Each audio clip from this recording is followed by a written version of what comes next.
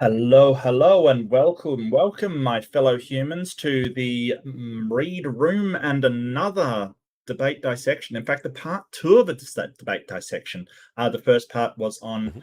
my friend and yours, Ember's channel. Ember, how are you? Hello, hello. I'm keeping Okay. on. I'm Yeah, working through things, getting over being sick, and yeah. still processing quitting smoking and all sorts of adventures. But I got to hang out with the kids today, so that's Oh, that's always good. nice. Yeah. Yeah, What did you play? Did you do arts and craft? What'd you do? a little bit of movies. Well, Yeah, an cool. an Amazon show, but I guess you can call that Yeah, movies because yeah, for whatever. sure. A little bit of board games. Always good to get those Oh, I in. love board games. Yeah, Yeah. yeah. I like having nieces and nephews for an excuse to play board games. I got to admit, like, yeah. But I generally I have a tendency to I don't know. I feel like I ruin games sometimes. I played a card game and dice game with my nephew-in-law, and I watched it once and then sort of kicked everybody's ass. It was terrible, and I ruined games, and I'm awful, and I'm sorry to everybody involved. I'm so sorry. But this is a part two. Part one, I've linked it down below, so if you haven't seen that, definitely worth giving a watch over on Ember's channel. Ember's channel's fantastic. If someone can do a link, because I am feeling very tired today, and it's okay. I'll get it. I'll get it. I feel like I can get it because I had it up just a second ago. Around Here here we go. somewhere. Yeah, so check out Ember. Subscribe if you're not subscribed. Does a lot of cool stuff. And I want to give a big shout out to Michael Granado in the chat. Someday we've got to talk, mate, and have a sit down and come on the show and sort of just chat about stuff because I'd love to pick your brain. Yours is the brain I want to pick. Another person I want to pick their brain is Ember. Ember, Hmm. how did you find the first section? How did you find the first part? Um, Honestly, it's a little fuzzy. It's been a whole week. But Yeah, let's see. What is shoot? Dan I Barker, just Mike kind of. yeah. Yeah, I just put the playlist of all the debate dissections we've done in the chat because that one is on there. Oh, okay. Yeah, Um, yeah.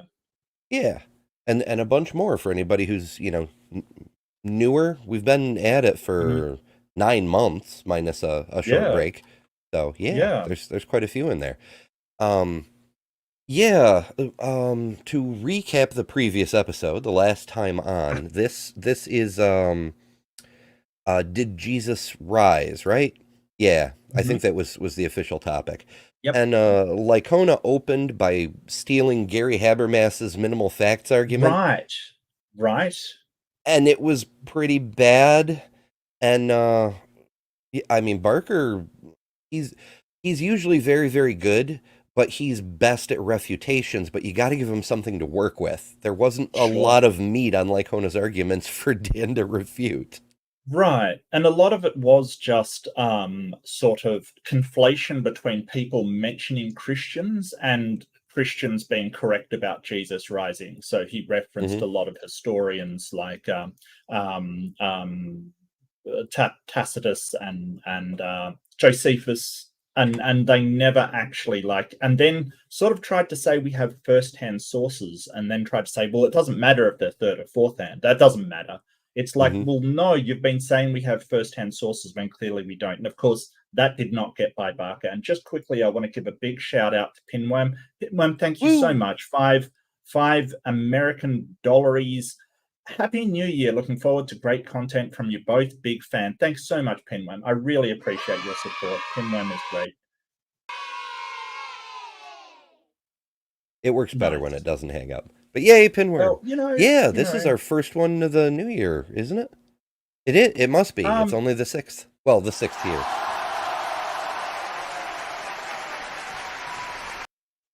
there you go, Pinwam. That one's just for you, mate. Thanks so much. Like, yeah, and I see Robin out there. I see Al Trucker out there. Good to see you, Al. Michael, of course. Um, yeah, I uh, see Beamsy out there as yep, well. And Pragmatic. Beamsy, Okay. Hello. Pragmatic. Yep. Yeah, so the Yeah. crew's all here. Um, And yeah, I've been kind of in a bit of a fugue. I've like had a couple of things happen, and you know, my car broke down. I got horrendously sunburnt, so ignore my red egg head. And like just things have been so stressful lately. Had a family emergency, and just all kinds of stuff going on. So yeah, things have been wild, but I don't miss a debate dissection. And I did have a debate on Friday when I usually do my fundamentalist fails. And so I kind of skipped it this week, but I will be doing it next week. And sort of debates kind of have priority. I wish it was a better debate. If you do like oddball doctors, it's quite worth a watch. As the doctor in question for this, the topic was, did we land on the moon? So it was a moon landing one, and the doctor was interesting. Yeah, very interesting. Yeah, I was telling the kids about it because I was listening to your copy on the way to pick Yeah. them up, and I find it fascinating that Mr. Quantum Physicist who works for the Chinese government makes that case that the Chinese government has a deal with NASA to lie about the Apollo missions and they can't tell anyone, and he, an employee of the Chinese government, is telling everyone. Yeah. Oops, I guess. Well, I mean, yeah, I don't think that you know, China would take too kindly to somebody revealing their insider secrets, but you know, what do I know? But you know, when he said he's an insider, I thought, okay, he claims to have worked for NASA, but apparently he hasn't worked for NASA at all. You know, I don't know. I'm It's just so shocked. weird. Really, not one Yeah. of our brightest and best, apparently. No, I don't like this view. I like this one. This one's better. Yeah, I like this one. Okay, so we kind of got halfway through, which is a good place to stop for a part two. I would say makes sense. But I'll start it up again, and we'll get into it. Get into the Licona rebuttal. Now we just finished sort of doing a question. I think it's going to swap over to Barker asking questions. I think we're at. I'm not 100% sure. Yeah, one or the other. It was this. Yeah. This is a more structured debate than some, where instead of just straight up open conversation, one side gets to ask the questions. Yeah. And then we're switching to the other side gets to ask the questions, but I forget who went first. I do like this debate format, actually. I wouldn't mind doing this at some point. To you know, do the you get 5 minutes of just your questions kind of thing, and then the other person questions. I think it's a pretty fair way to do it. And I wouldn't mind doing that at some point. Maybe I'll suggest it in another debate, like, you know, have some sort of formal debate coming up. I'd like Because to I see know more a lot structure. of people. Well, a lot of people are trying to work on debate channels and everything, and you know, I'm more than happy to participate. So if you're out there and doing a debate channel, think of me, please. I love debate, want to debate more. I am a simple creature. I love debate, and I'm just talking while I'm finding. Yes, left-handed Jedi became a YouTube member. Absolutely, thank you so much, left-handed Jedi. Enjoy your emotes, but don't Many you dare emojis. try and banhammer Bigfoot Jesus. Don't you dare. Don't you dare. Okay. Well, I know what my favorite emojis are. That is such an awesome picture. I love. Although that looks more like caveman, like Neanderthal Jesus, maybe. I'm not 100% sure. Well, like I said, when I originally came up with it, I put it in the bin because I'm like, that's just Brian Holdsworth. Right. Yes. No, I get that. Yep. All right, let's go. We're out of time. We're gonna need to move to Mike. Okay. A second round of Mike asking questions, and then you. So it's Mike asking questions, then back to Dan Barker. Dan Barker smells blood in the water. He's keen. He's keen. Dun dun. Oh, okay. I get it. Dun, Yeah. Just see the Dun, fin dun, pop dun, up. dun, Yeah. dun, dun. Yep. Okay, all right. All right, let's see, in your rebuttal, you mentioned about how did Jesus appear to Paul. We talked about that. By the way, I would also say that a major reason why the appearance to Paul is different than it was to the disciples in the Gospels is because it is a post-ascension appearance. That could account for a lot. It's a weird sort of convoluted thing that he sort of rose up to heaven, but he was in a body, but then he came back, different to the apostles and in an earthly body. And then he appeared to Paul in a spiritual thing because apparently that was it doesn't make a lot of sense to me. Like, if he was taken up to heaven after there, okay, sure. To me, it seems like a bit of a contradiction. Yeah, it's weird to me too, because going through the various apologists and finding the very best arguments and seeing if they hold up, and ending up refuting them, you see a lot of contradictory ideas. Like, I think it was William Lane Craig who posed the idea that, of course, Jesus had to bodily resurrect because there was no conception at the time that the spirit was separate from the body. But then others, perhaps inspiring philosophy, but don't quote me on that, that, well, of course, it was a spiritual resurrection because he has to ascend to heaven, which is a spiritual realm, and there's no physical component. So, but who knows what's going on? Heaven was kind of in the sky, like it was sort of more a place than a realm kind of thing, if that makes sense. I don't think. Yeah, so it gets confusing, and so yeah. So I don't see any contradiction because of that problem right there. You mentioned how in Galatians he said God revealed his son in me. Well, I looked up a couple scholarly commentaries about that a while back, and it seems like a lot of commentators believe, in fact, the majority of commentators believe that when Paul says, when God was pleased to reveal his son in me, he's not referring to his conversion experience. He's referring to those 3 years after his conversion experience in Arabia, before he went back up to Jerusalem to meet with Peter. So without that, I don't. Is any of this questions? I thought this was questions. I must be... Yeah, I didn't hear a question in there either. It sounds like sort of a rebuttal that he's doing. I'm not, it's kind of weird. I don't think you've got much there again in terms of Paul having an hallucination. How would you explain Paul's experience? What happened there? You said an epileptic experience. Is that what you believe? It's possible. What happened to him is consistent with an epileptic seizure. Seeing a bright light, getting blinded, falling off your horse, having to, recover. That's consistent. We can't know. We can't go back and medically examine these people. We can't go back and psychoanalyze these people. But what we can do is we can show how experiences like the birth of Christianity are even happening today. Myths and legends, stories and belief systems are happening all the time by fallible human beings. We all know it's happening. We see it in other religions. And we can see that psychological happenings or griefs or traumas or some kind of disconfirmation. Robert Price writes about this.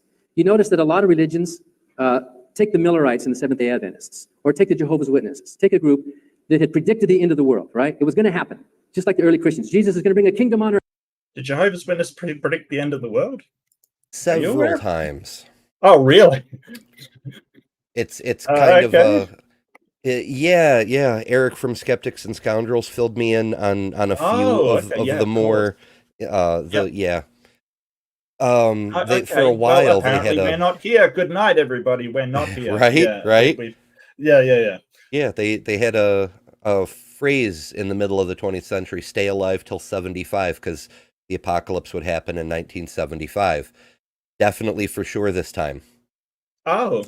And maybe it was 2075. Maybe they just were off, forgot to carry the one. Or they something. have there's like a whole thing, and it's pinned for some reason. They pinned it to the start of World War I, so it gives them a tricky bit adjusting their chronology. There's a whole production. It's actually kind of fascinating, but they're one of the apocalypse cults, the LDR. Oof. Yeah, okay, that's rough. I did not know that. I mean, I know that the end of the world's been predicted by many religions, many times, over. But at some point we've got to look at one of those things, like the doomsday kind of stuff. I find it fascinating, especially the mental gymnastics that's done when they're quite obviously wrong, but they don't want to be wrong, Earth, right? It's going to happen. He's going to be our new king. He's going to be our savior. Well, with the Jehovah's Witnesses and the Millerites, their prophecies failed, right? They failed miserably. They changed it from 1914. Charles Russell changed it, and then Rutherford said, oops, it wasn't 1914, it's 1925. And then, oops, it didn't happen then. So what? Did the Jehovah's Witness religion just disappear? it got stronger. After the disconfirmation of their expectations, the religion got stronger, right? And Robert Price points out in his book, Beyond Belief, I think that's the title of the book, that maybe a radical disconfirmation of your expectations is exactly what a fledgling religion needs to get off the ground. These original followers of this self-proclaimed Messiah named Yeshua maybe really believed that he was going to bring a new kingdom on earth. He was publicly executed. He was gone, and they felt horrible about it. What do? They go back, they regroup, they think it through, and they come up with some way to keep the religion going. And yeah, this is fascinating, and this is absolutely true. You know, I mean, look at all these new religions. Look at L. Ron Hubbard is supposed to be the prophet, and he dies, but Scientology is still around and going strong. And we know that one is absolute bullshit. You know, that is absolutely, we know is faith. Yeah. I think he's got a good point that just assuming, hey, you know, Paul must have believed this is just, who knows?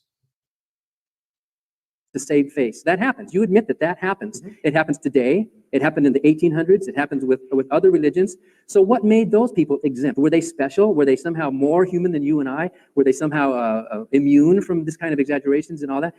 That is a plausible naturalist explanation, which you were asking for. You were asking for. I don't know that that's plausible in order to account for what happened here. I mean, certainly, yeah, the Jehovah's Witnesses kept going and everything. However, I mean, these guys weren't under necessarily threats of death. That would be one difference there. They weren't having all these enemies, people who were fighting against them saying, oh, I saw Jesus too. I mean, we're talking about here, we can.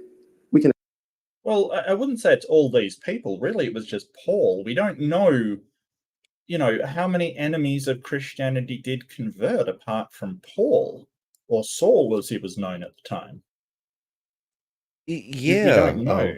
Apologia has several videos where he develops an argument that you really only need Paul and Peter to be sincerely mistaken, and all the rest of it follows from that. Right. As for that threat of death thing, that struck me as weird because every major religious sect on earth claims martyrs and persecution. And Sure. Apparently the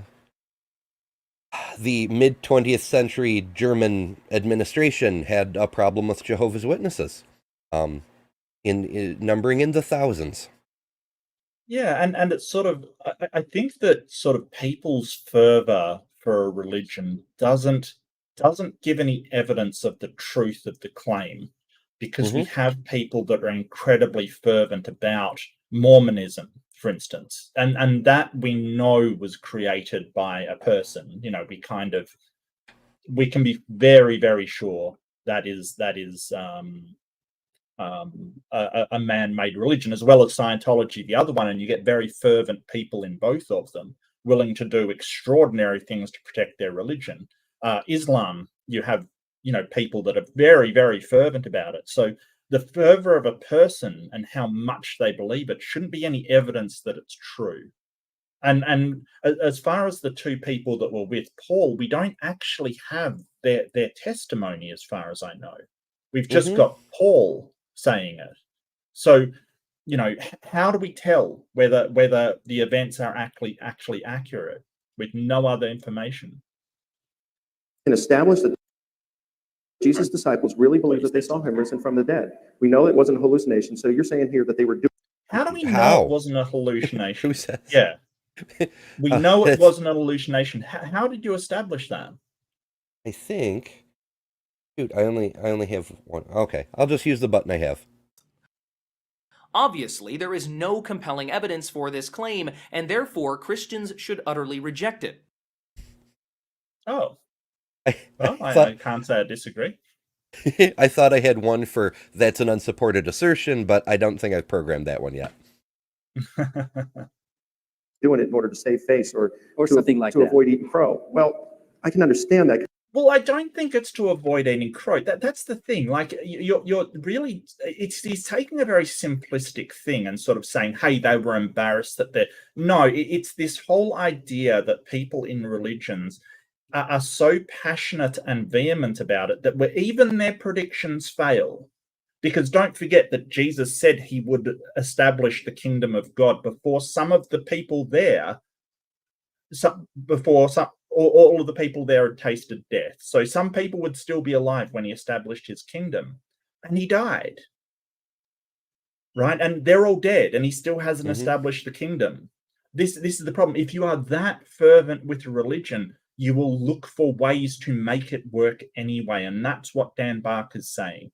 You will look for a way to say, hey, well, actually, he wasn't going to establish a kingdom of God in his lifetime. He was going to return from the dead. And then these stories happen, and who knows how this grew. Yeah, as Nitty points out, that it was Matthew, Mark, and Luke who said that Jesus said that, because we also don't have anything directly from Jesus. Correct. For some reason. And the question is, was Jesus illiterate? Did Jesus write anything? I mean, there's a whole bunch of him speaking, right? It never says that he wrote anything to anybody. Not that anybody should be ashamed of being illiterate, but it would be kind of odd if God's messenger to the earth was illiterate. You know, that would be an odd situation. But, you especially, know, like... Sorry, go ahead.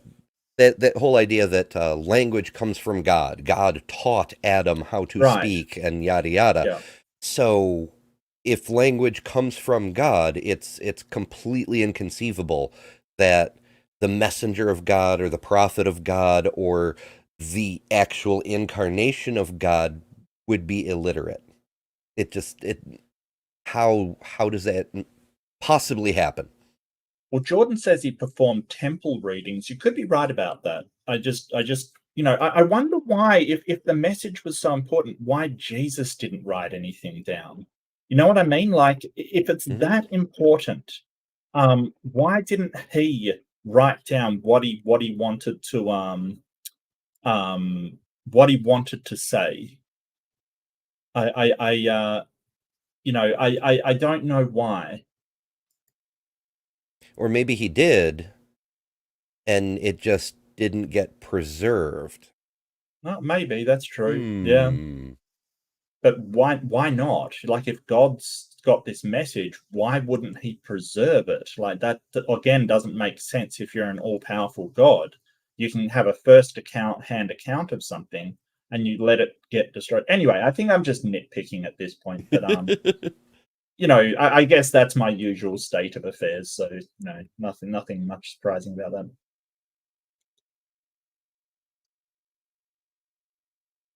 Kind of, I mean, we've all probably lied at some point in our lives in order to avoid eating crow. But here's the disciples, you know, in that day, the Romans, when they got you, I mean, I just completed a study on crucifixion, and it was a horrible, horrible process. If you want to read up on it, there's several good books out there. One in particular I'd recommend is written by New Testament critic Martin Hengel called Crucifixion. Just an excellent resource on the subject. And so you see these things happening, and what the Romans did to their victims in the whipping, the scourging, the crucifixion, the humiliation that took place. Oh, dude, like, throughout history, there's been a lot of horrible things done to people. Like, you know, I think the Greeks had something like a burning bull where they put somebody in a hot metal bull and basically just heated it up slowly. Like, just horrible things done to people. I mean, you say hanging, drawing, and quartering, and that's absolutely shocking. You know, like, crucifixion isn't, you know, like, of all the things that people have done to one another, crucifixion isn't the worst. Yeah. I mean, you could take prizes on the worst. I personally think it'd be that thing where they lathered them in honey and let ants eat them, kind of thing. Was pretty bad. Kind of mean, yeah. As Mike Licona was talking, the very first thing that popped into my mind was some of the tortures done by the Inquisition. And I was like, if he thinks the Romans are bad, wait till Mike reads about the Christians. Yeah. No one expects the Spanish Inquisition. Now, these disciples, they didn't want to eat crow, okay? So they made up this lie, and then one by one. No, that's not what we're saying. Like, they might not have made up the lie. They might have believed in their Messiah so hard, their guy so hard, that they became convinced. They convinced themselves of this thing. Like it's this liar. What is it? The liar. Liar lunatic lord. Yeah, liar lunatic lord, and you know, like those aren't the only options. Mm-hmm. And they saw as they were being, captured and persecuted. And then they ended up, many of them, we at least know several of them, suffered martyrdom for their faith. And at least they were all willing to do that. How do you know that? How do you know they suffered martyrdom? Well, Thank first you, of all, Dan. you've got Clement of Rome, who writes around the year 95, and he talks about the martyrdom of Paul and Peter. A little bit later, you've got Polycarp, who mentions the martyrdom of Paul and some of the other disciples, and the fact that they were all willing to suffer. So the thing is, that's a couple of them. Well, They were willing to suffer. Mike Licona, historian, ladies and gentlemen, for fuck's sake. All the fact religions they have were had people. Yeah. They were made to suffer. That doesn't mean they were willing to suffer. Nobody gave them a choice. Would you like to suffer today? And we don't have any historical evidence that Paul was actually crucified upside down. That is a tradition from the early church, sure, but there's no real, like, we don't have any firm evidence. You said Polycarp said it. I don't think Polycarp, I think he mentioned that Paul died, but I don't think he recorded how. So this is the sort of conflation that he sort of does. He sort of says, "Oh, well, Polycarp mentioned that," but he's sort of he's mentioned, "Oh, well, he was martyred," and then Polycarp mentioned his death. Yeah, but did he mention his martyrdom? Is the question, and I don't know. I'm just asking.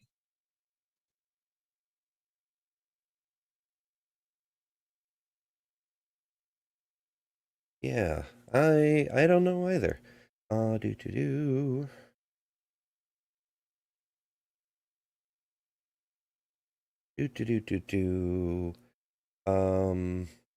Okay, yeah, Peter's martyrdom is from the letter to the Corinthians. Yeah, that's Peter, not Paul. Oh, you were asking about Paul's murder. I'm always confusing those guys. Oh, that's all right. I mean, I know that sort of, yeah, and okay, so some of them were martyred, sure, but were all of them, and sort of they claim all of them were martyred, and we don't know that's the case. Like, they claim that somebody was stabbed in Africa and they were martyred, and it's like, were they? Because all we have is that they were stabbed in Africa. That's not. Oh, Peter was the one. No, you were right. Peter was the one upside down, says Dave. I trust Dave. I trust Dave, fellow Bigfoot enthusiast. I trust him.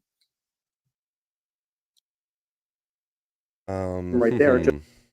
Historians agree that Paul was murdered, but there's Yeah. no evidence about it whatsoever. The earliest writing comes from Eusebius. Aha, I pronounced a word. 4th century. Yeah. Maybe I'm getting Paul and Peter mixed up, but they claim a lot that Paul was martyred as well, and we don't know that. Don't know that. Josephus reports the martyrdom of James. So 60, 70 years later, right? Well, Yeah. Josephus writes that in 95 probably, but James is probably martyred in 62. And it's certainly within Josephus' lifetime because he's born. And like we've said, Josephus has a bit of a problem that some of his work was forged by the early church. We know this to be true. So Josephus has got a bit of an issue. Born around 37. What you up to? What you got? Just doing more Googling. Okay. Antiquities Book 20. Josephus refers to the stoning of James by the order of Aeneas ben Aeneas, a Herod-era high priest. That's interesting. I do believe, when did Herod die? Herod was when Jesus was little, right?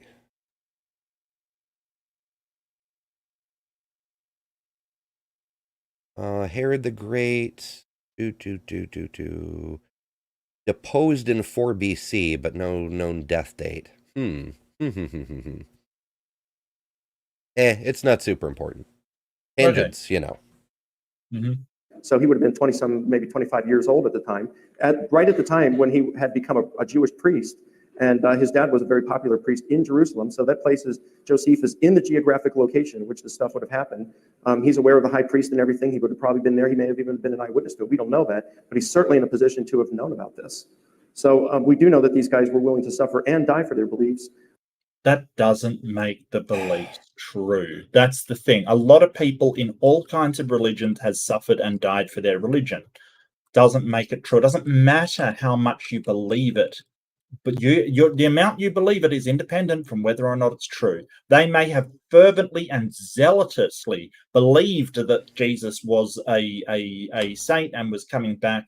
It doesn't make it true. Yeah. Just 1 second, Jordan. I'll just sorry. Go ahead. Yeah.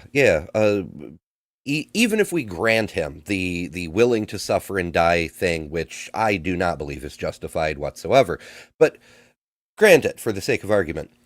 If being willing to suffer and die proves your religion true, then Buddhism is true, Islam is true, Mormonism is really true because the freaking prophet of the religion took a shotgun to the face for it.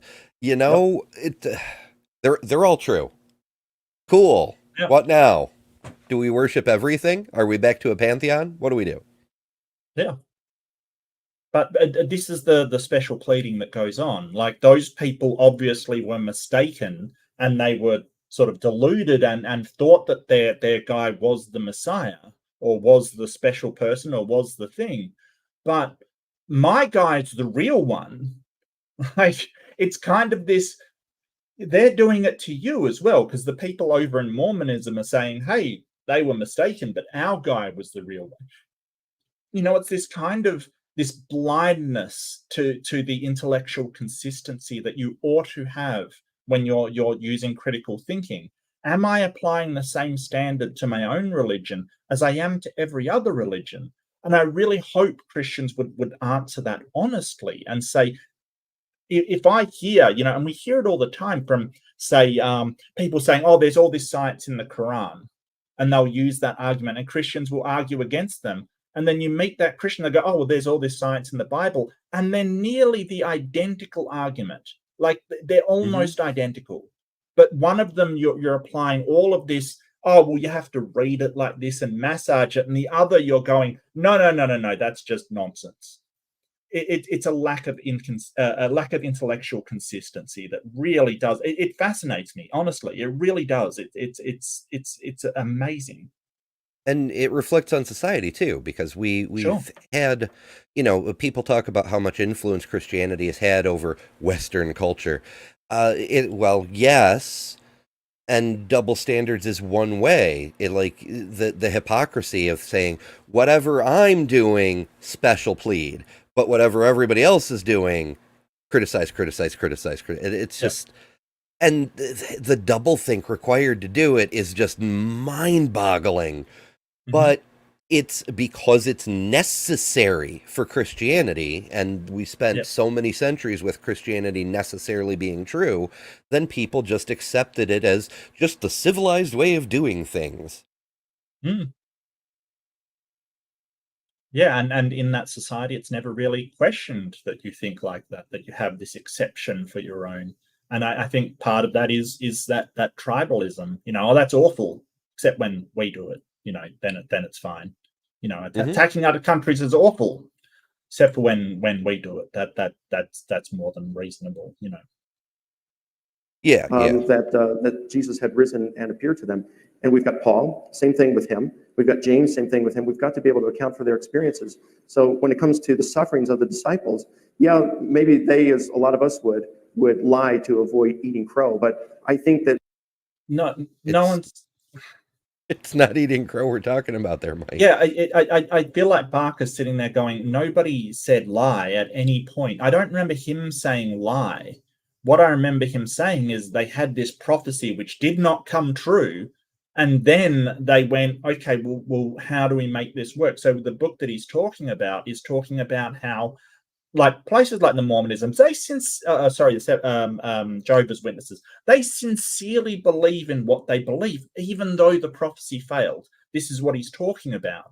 that they will find a way to adapt their religion to the situation, and come up with let's face it, an excuse, a crutch. How would you describe it?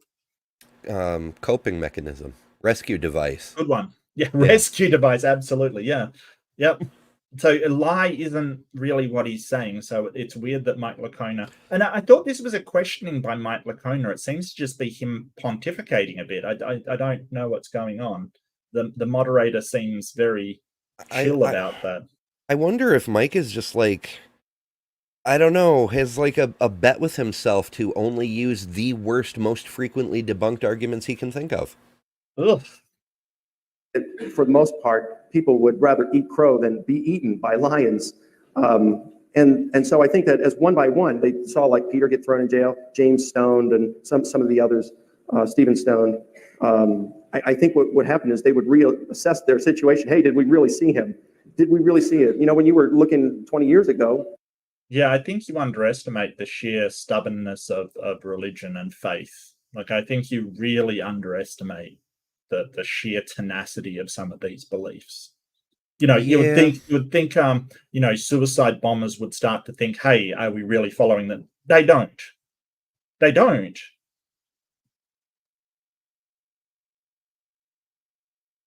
Oh, Fenton, that's a lie. No, I'm with you, Shane. I'm with you. It's a joke. We atheists don't do tribalism like all those other people. Mm-hmm. Dude, I've seen fights break out over the definition of atheism. I mean, if that's not a tribalist thing, it's nothing is. Like, seriously, holy crap. Oh, tribalism joke. Cool. Ireland, right? This dude goes to Ireland. First time traveling. He's heard about the troubles, but things have calmed down. He's like, oh, wonderful, wonderful. I'm enjoying the city of Belfast and all the different taverns and the ancient culture and all this cool stuff. And all of a sudden, he feels a cold metal cylinder pressed against the back of his neck, and he hears a click, and a voice says, "Be ye Catholic or Protestant?" While thinking quickly, the tourist says, neither. I'm actually Jewish. Yeah, I'm Jewish. And the voice behind him goes, "Oh, saints and begorra, aren't I the luckiest Muslim in all the Emerald Isle?"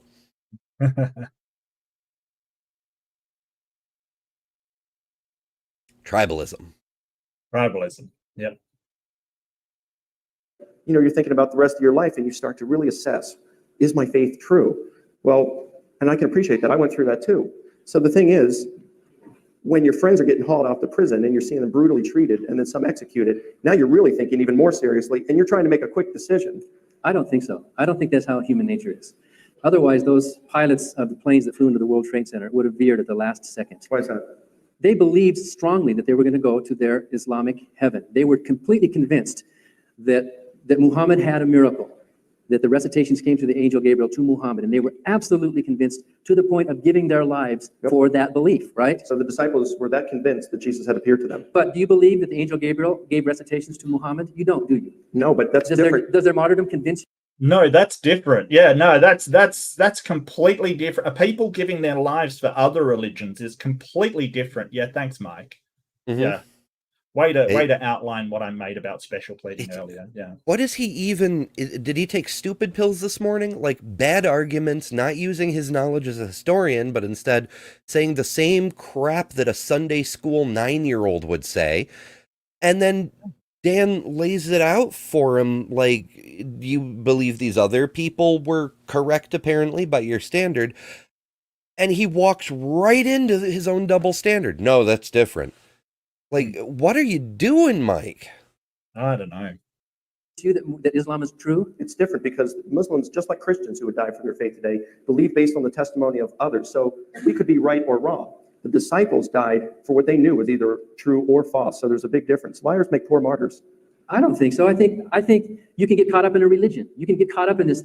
Yeah, he referenced liars, and it's like, we're not saying they truly believed that Jesus was the son of God that was going to establish the kingdom of God. And what he's saying is, when he died, they just went, well, he's coming back, and still believed this thing very strongly. He's not saying they're lying. Additionally, Mike is playing some games up in here. This whole thing about, well, we only have to take the word of men, but the disciples knew, and yada yada yada. Yeah.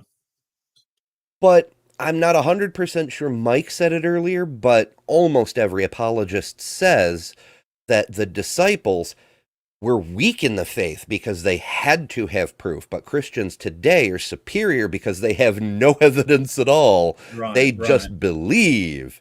Mm-hmm. So which is it, Mike? Is faith better, or do the people who actually knew better? Like, we're trusting other Christians. We could be wrong. Oh, but what about the testimony of the Holy Spirit? Oh, it's just, it's a mess.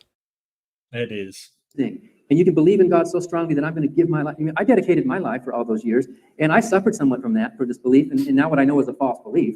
There is no evidence or good argument for God, and I certainly mean, except for the 5 things I presented tonight that you can't answer. well, which I rebutted quite clearly. They're pretty weak. They're not even ordinary evidence. So if you want to I believe it, disagree with that. I think it's Yeah, he's not wrong. Like, this wouldn't be evidence for a random crime, much less, something that is supposed to be the pivotal point of humanity. Like, this is the thing. He said, "Oh, you didn't rebut them." Yeah, he did. They're incredibly weak evidences. Like,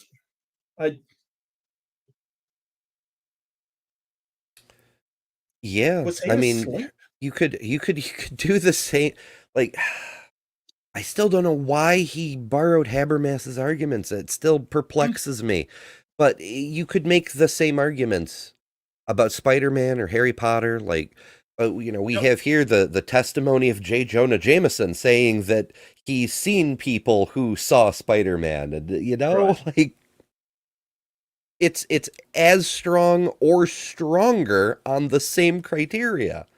Yeah, and I mean, we've got something like Trump saw people dancing around 9/11, Muslims dancing in the street afterwards. Now, we've got video footage, right, of the streets, and there are no Muslims dancing in the streets. That is something that did not happen. We know empirically it did not happen. And he still says it, and here's the thing, people still believe him 100% that happened when it Oh, didn't. yeah. Well, So, that you touch on a very, very interesting point. People tend to believe shit even when they know it's false. They double think Right. themselves into believing it. Like, the Muslims dancing in the streets thing. People took clips of other events and Yep. then said, this is what's happened. And people, they knew, they'd seen the clips before during those other events, but they still went, oh yeah, that's proof. Or people who were at January 6th and still say January 6th was Antifa. Well, are you confessing to being Right. part of Antifa then? Well, no, of course not. That sort of thing. Yeah. There's another great example is the Target has gone woke and is trying to trans the kids this past year. As part of the kerfuffle, a AI using artist generated what a clothing wear for children that's satanic would actually look like, and posted it on a Facebook group where creators share AI generated art. And some conservative dude snagged those off of Facebook, reposted them as if it were Target's actual clothing line, and the conservatives bought into it. And they went to Target with the intention of smashing the displays where those clothes that didn't exist were, discovered the clothes didn't exist, but still believed the thing and spread it. I'm like, why? What? So yeah, people do believe shit they know is false. Correct. Because it suits their agenda. Well, this is the sort of what I would call the faith position, right? Or the evidence based upon faith. This unshakable belief that is true. regardless of what evidence comes along. I mean, we see people that have faith that the earth is 6,000 years old, or faith that it's flat. It doesn't matter what you show them, and it's a very odd thing. And so often I've said that faith doesn't make you right. It isn't a good epistemology for telling, hey, I'm right. All it does is make you think you can't be wrong. Like, there is no possible way you can be wrong because you have faith that it is true. And so you get these situations where people know full well that that picture is a lie, but they believe it. It's this weird situation, and the self-deception people can have. I've often played clips of those fake martial art masters who can knock out their students with like just looking and doing a thing at them, and they're not actually lying. The students aren't lying. They believe it so fervently, they just do it. And it's incredible. It's a weird part of the human mind. When you believe something that strongly, all kinds of weird things can happen.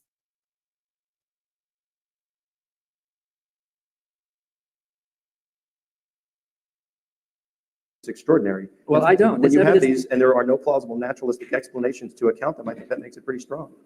He gave plausible naturalist. You ever just There's want no- to take a banhammer to the people actually debating? Yeah. Because he came up, he said, this is a plausible naturalistic explanation. This is a plausible naturalistic explanation. Paul's vision, it's plausible naturalistic explanation that he had a epileptic seizure. All of these plausible naturalistic explanations. You said, oh, there is no plausible No, not one that you're willing to consider. Lack of rigor is incredible. Well, the explanation I give is one possible plausible explanation, and we can come up with others. We don't have to know exactly what happened. All we have to know is that things like this. Would you make it clear do what happen. your explanation is? Well, this is one plausible explanation. That the disciples suffered a radical disconfirmation of their expectations. Peter especially was really going through a trauma. And so to make things right, he prayed, he talked to Jesus in the spirit, and then Jesus made things okay in his mind, just like what happens with Christians. And then he told his friends and he told everybody, I saw Jesus. And the friend said, oh, well, me too, I'm going to pray. Yes, I saw Jesus. Oh, me too, I'm going to pray. Yes, that's what happens in churches all the time. Yes, it happened to me. Yes, So that praise God. explains the beliefs of the disciples, but it doesn't explain Paul because he's not wanting to see the risen Jesus. It doesn't. No, it does explain Paul. If he is that convinced that Jesus is the Messiah and could not have been executed, before his time, and the religion could have fallen apart, he may sincerely believe the explanation that he gives himself. Yeah, I mean, it was a period of time when people we're going through the shit. Christians did have some kind of persecution going on, if Paul is to be believed at all, because that was his actual job, and there were ostensibly others doing it too. And Israel was getting its ass handed to it. They were Nero had persecuted the fuck out of Christians, and they were only a few years away from basically getting wiped off the map when Jerusalem was destroyed. It couldn't have been fun. And so a lot of people had a really strong motivation to believe in some kind of Messiah, some sign that God still held them as the chosen people and would send a hero to save them. They're not just going to stand there and wait. Nickelback references. I don't know Nickelback. I'm sorry. Is that bad or is that good? I don't know. It depends on who you ask. Okay, cool. Actually, I can full screen this. Doesn't explain James who's not wanting to see it, and it doesn't explain the empty Well, tomb. okay, they could all have different explanations. Paul saw something totally. It does explain the empty tomb. There was no tomb. That explains it. And they just said, hey, there was a tomb. Mary saw this. The women saw this. They came to the disciples. It may not have actually happened. It's weird that Jesus would even have a tomb. As a convicted criminal in Judea, he probably would have had a mass grave. It's weird that, why a tomb? I still don't get that. If you're looking at a naturalistic explanation, he just gave you one. Different. Yeah, So, I mean, it was a totally different if thing. we can And expand the causes of hallucinations to anything at will, so everybody's hallucinating the risen Jesus for whatever reason you want. I don't think it was No, if somebody says, "Hey, I bought a dog," I'm not going to go, "Well, you're obviously hallucinating." But if somebody says, "Hey, I saw a dragon," you're like, "Well, hang on a second." You're talking about a suspension of the natural laws, something we've never seen before, that has never been recorded. That is this insane event that and this is his point. Like, it wouldn't be even good evidence for something mundane, like Jesus broke free and ran off into the hills, never to be seen again. Right? There's nothing supernatural about that, right? But there's still not a lot of good evidence for that. There's just people saying, "Hey, I saw him run off into the hills." Okay, did he? How do we know? There's not a lot of good evidence for that. But you're saying not only did he run up, he rose from the dead. You're going to have better evidence than, "Hey, few people said so." Especially good people who are part of his religion said so, who believed he was supernatural said so. All that plausible. It was not a hallucination. It was like an inner experience. Like when I used to pray, I used to think God was talking to me. I wasn't hearing a real hallucinatory voice, but I thought the Holy Spirit was talking to me. And I would have told you that Jesus was talking to me. And you would not have understood that as a physical voice, as a hallucination, but as an internal religious spiritual experience, right? So what could have happened back there was similar. These people who were devout believers in God were praying, and they're having these religious experiences in their mind, and not necessarily a hallucination.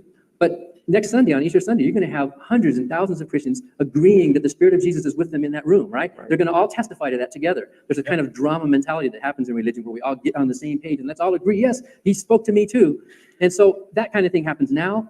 Something like that could have happened then. And as Thomas Paine said, as long as we do have some pretty plausible explanations for the origins of a myth or a legend, then it is irresponsible to jump to a supernatural conclusion. You just don't have the goods there. You might have a faith, but you don't. Actually, I'd really like to. Yeah, sorry, go ahead. Something about the way Dan phrased that, it reminded me of a social engineering experiment that people did years ago in New York City. They set up secret cameras so they could watch people and whatnot, and then the guinea pig person went out onto the street and looked up. And eventually another person came along and looked up. And because it was New York, they didn't want to, seem stupid and ask, "What are you looking at?" They just kept looking to try to see what it was that was being looked at. And once that second person joined, a crowd started to form and everybody was looking up. And then the original person just walked away and people just kept looking up for a while.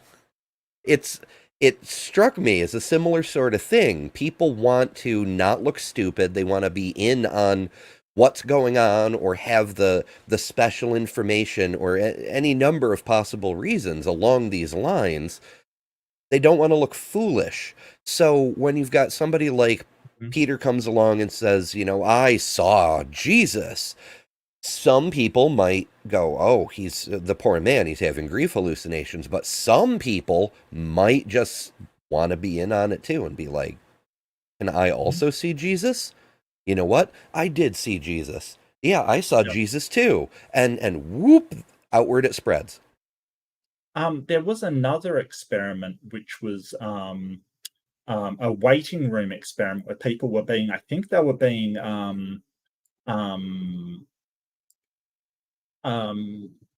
interviewed for a job or something. I can't remember the exact details, but they were in a waiting room. And the first person was an actor and they were just sitting there. And when the next person came in, they stood up and then sat down when they came in. And then the next person came in and the first person stood up. And the second person stood up as well.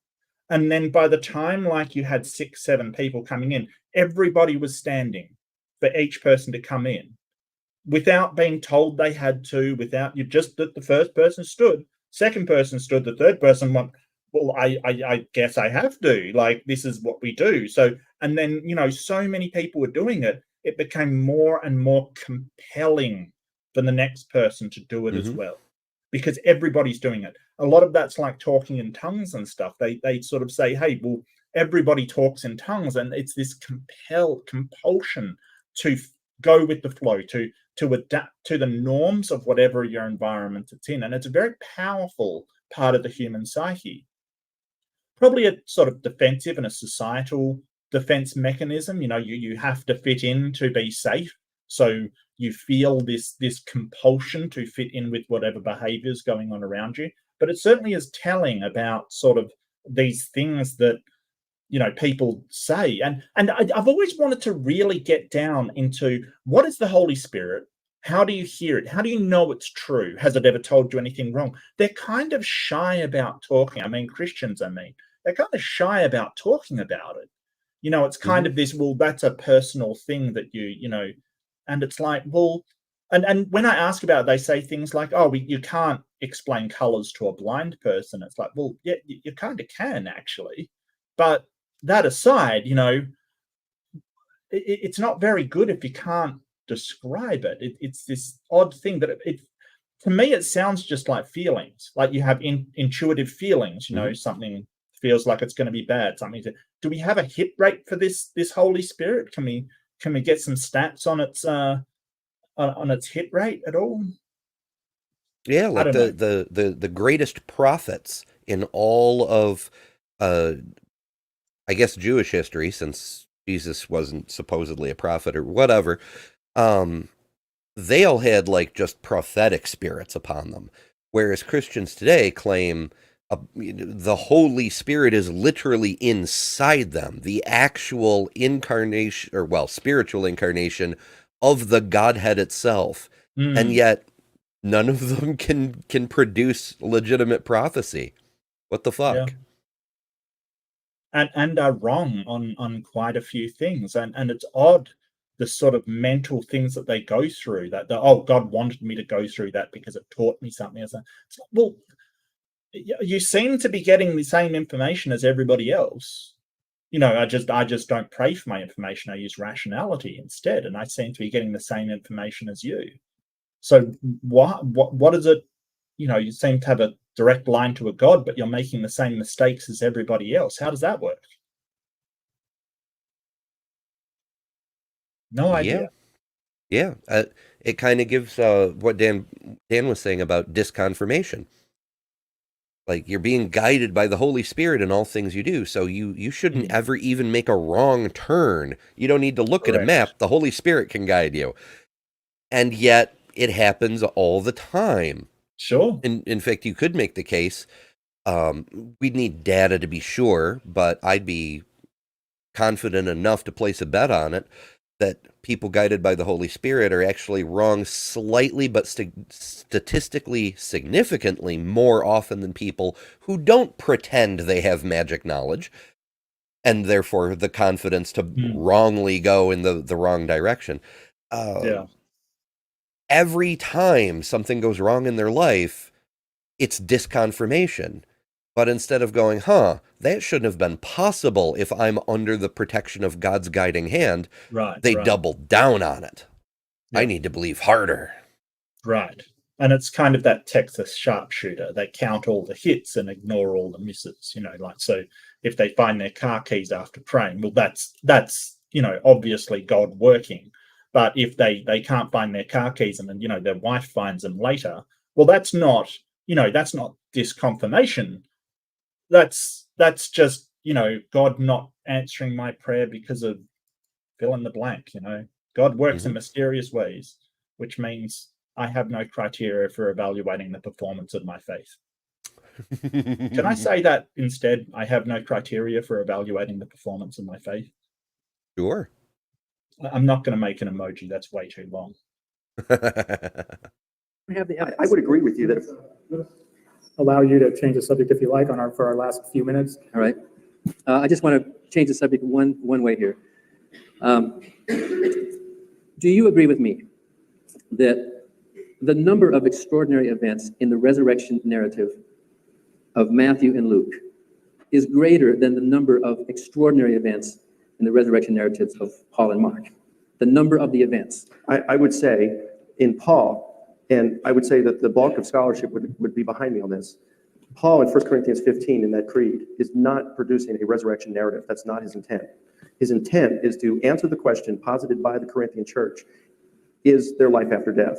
Are Christians, do we have an immortal soul? And in doing so, what he does is he lists a number of eyewitnesses who said, we saw the risen Jesus, and that happened to, again, to both individuals, to groups, to friends, and to foes. And then he says, basically, because Christ lives, we will live as well. So his How is this in any way answering the question?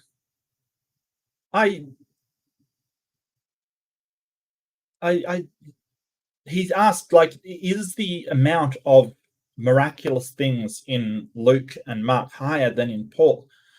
Why? Okay, I'm baffled. Maybe he's going to get to it. I don't know. Maybe. intent in 1 Corinthians 15 is not to produce a resurrection narrative. So to turn around and say we've got evolution because Paul didn't say this full-blown resurrection account in 1 Corinthians 15, I think would be putting the theological cart before the horse. And I really hate that saying. I really do. I dislike it immensely. Mostly because it's always a bad argument. Oh, and we've got 5 memberships from Left-Handed Jedi. Left-Handed Jedi, and hit Pragmatic Crystal, hit Daryl Frost, hit Binge Thinker, hit Human Girl. Human Girl always gets hit, and hit the incorrigible Aunt Jer. Or human girls, always getting hit on. You know, majority of girls I've hit on are humans. Just saying. Just saying. Please don't clip that. Okay. I'm going to get into real trouble for the stuff that I say one day, but it's not today. Come on, let's go. Aunt Jer is effing awesome. Yeah, I absolutely agree, Al. I do. And you're not too shabby yourself. Earth girls are easy. Yeah. when it comes to Mark, no, I wouldn't agree with, I mean, we've got some things like in Matthew and Luke and John that would be like guards, the earthquakes. Earthquakes, angels. No. I think we've got angels in Mark. We have one young man who might be an angel. And notice something else. You agree with me that as the time passes, the number of angels increases. Right? It starts with one young man, then it's one angel, then it's 2 young men, then it's 2 angels. You agree that as time passes, that number increases. I agree that the numbers listed in the Gospels will change from 1 to 2. However, I don't think that necessarily means a contradiction there. But you agree that there's a growth, at least in the telling, not necessarily in the fact, but in the telling. I don't know that I would even agree with that, Dan, because number one, when it comes to this young man in Mark, you look in it's not a complete bust to say, hey, yeah, it does get bigger, so what? Like, I don't, you know, he doesn't, like, Dan's not, he's not looking for a gotcha here. He's just saying, hey, there is an escalation of miraculous events as far as the history goes. Sure. And Licona could just say, hey, that in no way shows that it's made up, you know. Mm-hmm. But he's sort of, yeah. It's a strange coincidence, but it doesn't prove anything. Yeah, exactly. It's just a coincidence, or it's just, you know, it's just the what they wrote. I don't. It's just like, you know, if you asked me a couple of years ago, I once caught a fish this big, and then last year it was this big, and today it's this big. It's just a coincidence that it keeps getting larger. It doesn't prove the fish never existed. Mm-hmm. the ancient writings, and on multiple occasions, both in the Jewish Apocrypha as well as the New Testament, men and young men on many occasions are referred to as. Yeah, I agree with that. It's possible that he was referring to what he thought was an angel. In fact, in Luke, it's a good example. In Luke chapter 24, I think it's verse 4, he calls it young men or men who were there announcing in this bright gleaming clothing, men. And then in verse 23, just a few verses later, he calls them angels. So they understood him in that sense. The fact that they're wearing bright clothes is used very frequently in antiquity to refer to divine beings. So I don't see any contradiction whatsoever, because some gospels say men are young men and the others say angels. And then as far as the 2 and 1, hey, where you've got 2, you've got 1. Well, okay, but I'm just saying in the telling, in the actual document itself, there is an increase over time. Yeah, maybe that's not a contradiction, but you do agree that as the documents pass through the decades, the number of extraordinary events and the number of angels does increase across time. You might explain it some way, but there is a pattern of an ascension, an increase in extraordinary events as we get further and further. It's an ascension. And some of them are extraordinary events that the others should have noticed. If there was an earthquake and saints rose from their tombs to roam around the city, the others would have written it. Like, that isn't an event that you sort of go, oh, well, you know, like on one hand, we're talking about, oh, well, they said it was young men, and another said it's angels.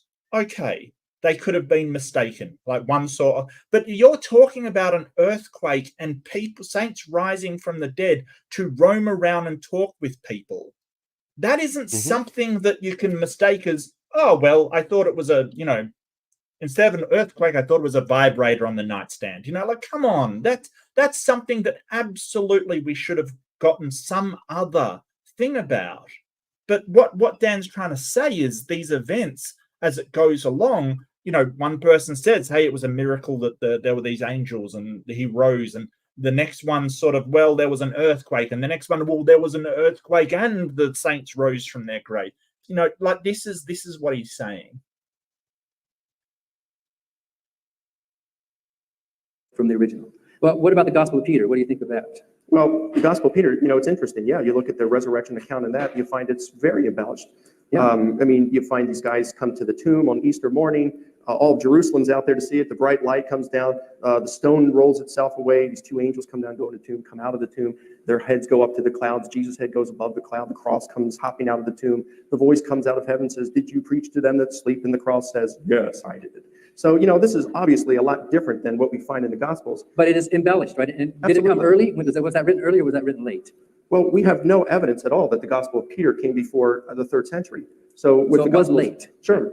Well, the West Star Institute puts it maybe at 85 to 100. But the West Star Institute, the Jesus Seminar, just so everybody knows here, these are a group of very highly critical scholars that are almost as on the far end spectrum, the left spectrum of the theological left as you can go. You can only go a little further than that, and that's like where Bob Price stands, and maybe five scholars in the whole world who deny the existence of Jesus. And what's wrong with that? What's wrong with that? What's wrong with being a critical scholar? I don't think there's anything wrong, and I think Bob. Yeah, and I think there's been a history of scholarship in biblical studies of only Christians being in there. I read a paper on sort of reclaiming the field from sort of fervent Christians who are absolutely adamant that it has to be a historical event, and they should look at it through the lens of any historical event. What evidence do we have? Where does the evidence lead? Is any of this stuff credible? Do we have credible sources for this? And, we're going to have to drag out the Christians from evaluating their own book, kicking and screaming, because they really want to dominate that field and sort of say, hey, no, there is no controversy that it happened. And that's not the case. There isn't strong evidence for it. Yeah, 9 out of 10 biblical scholars who happen to be Christians who sign statements of faith agree that the Bible is historically accurate. Well, goodness, that sounds completely unbiased. I have great confidence in their findings. Price is a very smart guy, but I think that there's good reasons to believe in this data that I presented here tonight, because it is well evidenced. And just because you quote some of these guys on the far end of the theological left, well, they're on the far end, they're on the fringe. And so quoting a few guys, it'd be like saying the theological left. I don't even know what the fuck that means. What? It's like he's trying to bring like identity politics into okay. Yeah, there's some Christians who think that the story is not that credible. Okay. They're on the theological left. That's a new one. Freaking Christian liberals. They believe that Jesus rose and was a commie. Yeah. Because they read the Bible, I suppose. Well, Jesus was talking about sharing your possessions, and sort of owning nothing. So I think Jesus may have been at least a socialist, so there you go.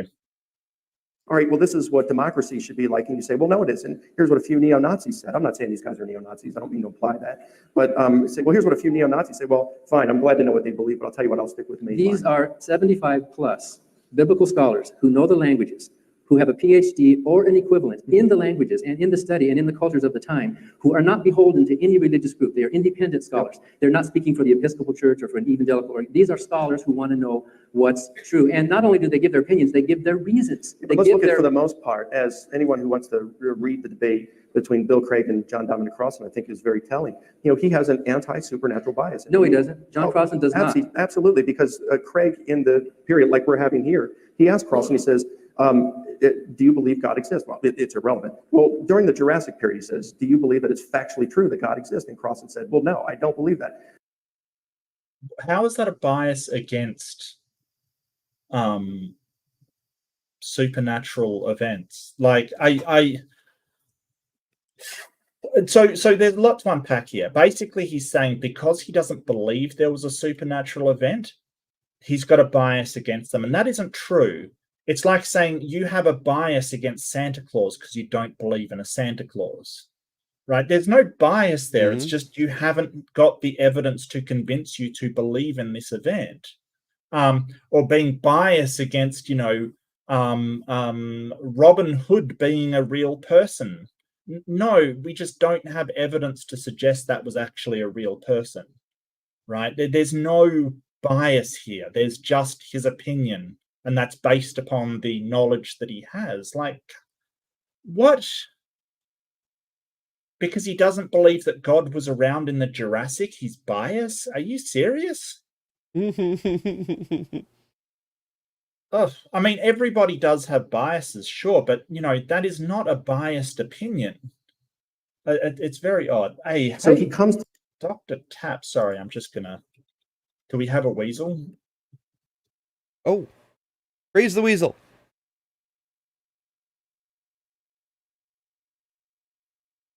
Oh shit! I'm clicking the wrong windows. Bad at my job. Bad at my job. Weasel cult. Weasel cult.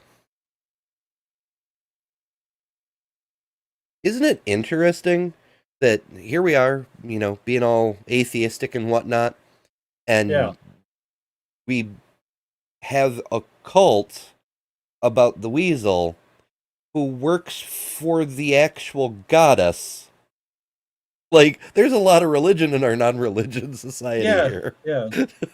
Actually, I mean, sort of, it's kind of like, I think with atheists, and I've been thinking a lot about this, it's kind of like almost like a red flag to a bull kind of thing. Like that religions get so many benefits and stuff that we kind of just make our own and say, hey, this is our religion. And it's funny that the religious people the theists come at us and go, oh, well, you believe in a religion. It's like, yeah, you're just acknowledging that's a bad thing. Thank you. It's kind of like, yeah, the religion's really bad, isn't it? People believing stuff that you don't believe and expect you to do the same. Really bad, isn't it? Nudge, nudge, wink, wink. So I think besides, it is part. Yeah, sorry, go ahead. We all know all religions are fake because the creator of the universe was created by Nil, the great not god and creator of creator gods. It's definitional. It's axiomatic. It's in the name, the creator of creator gods. Yeah. Presuppositional. No, I get you. I'm hearing you. I'm just not hearing Nil. But that's okay because Nil doesn't communicate directly, as far as I understand it. That's he right. Uses other gods, or they use other gods to communicate. So there you go. Yeah, sadly, we don't have any book of Nil or any prophecies of Nil because all the creator gods were tragically killed when they were eaten by Lisa the rainbow giraffe so that Lisa could poop out the universe. Gotcha. Yeah. So that's why the universe is so stinky.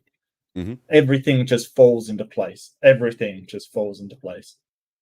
At the table with atheistic beliefs to begin with, of course you rule out the miraculous. Crossan is not an atheist. You're wrong about that. I've read some of his words, and he does allow for miracles. Okay, so he doesn't believe God existed during the Jurassic period, and he's a theist?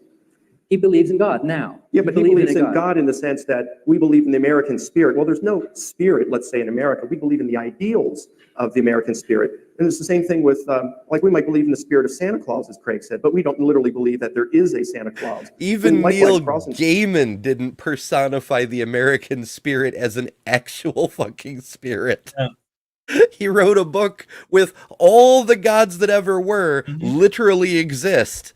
And he still didn't personify the American spirit as a literal spirit. Yeah. Why? Why Licona? Why?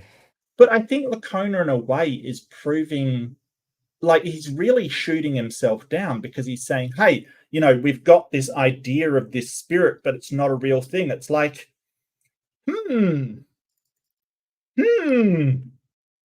Really? You've got an idea, a concept, that you think is personifies something, but nobody else thinks it's real. Just saying, that could apply to a lot of things, couldn't it, Licona?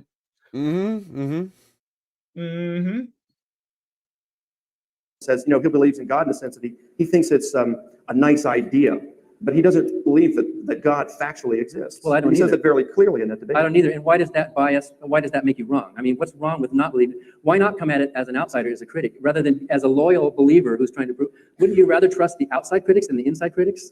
Yes, you would. Yes, you absolutely would.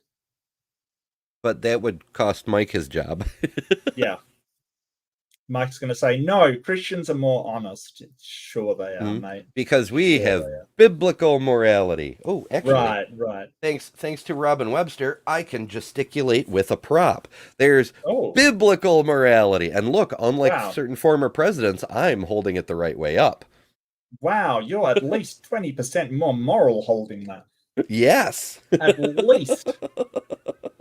The outside critics would Absolutely. be rather to be trusted than those who are a part of the established authority of doctrine. And that's why I just like have- what Ludemann and all the, many of these critics who don't believe in the resurrection grant these 5 facts that I've given tonight. When did Ludemann write that quote that you read? That was in the 90s. I think it was 96. Because, he became an atheist just recently, like about 3 or 4 years ago. Yes, he did. And he might have written that back when he was a believer, and his views have changed somewhat since then. He's in Göttingen University. Well, now he was in that debate with Bill Craig. He became an atheist just after that. So, he was. Well done, Craig. You made another atheist. Well done. Look, William Lane Craig, some of his stuff. It wouldn't surprise me if he has made a few atheists. It's pretty bad. It's pretty bad. Pretty bad. He was toying with atheists at that point. So Bill Craig turned him into an atheist. Well, I think as Mark Goodacre over at Birmingham University in the UK says, when you see people like Ludemann, or in his case, he cited, I'm trying to think of the scholar that he did a PhD on, Michael Goulder. He says these guys, over time, you can see that they just have this, they're getting tired of considering the miraculous, and they have this emotional bent toward atheism, and they start moving in that direction. And as Goodacre says, it's not a matter of what the head told them, it's the heart's leaning in. Oh, what the hell? And an emotional bent towards atheism. How does that work? Atheism. Well, I mean, I feel in my heart a sense of nothingness. Well, this is what the sort of the double standard is. It's kind of like, well, everybody that moves towards Christianity has realized the truth in their heart and all of this stuff. Anyone that moves towards atheism, it's like, no, they've gotten angry with God, and they still. But it's this weird ass thing. Like, at least I go, hey, I think people can be convinced of religion. Sure. Like, there's atheists that have converted to religion. I'm not gonna sort of go, oh, but they just had this emotional response, kind of.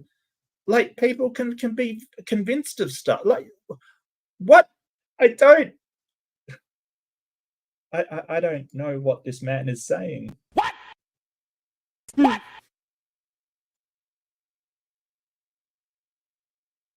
I don't.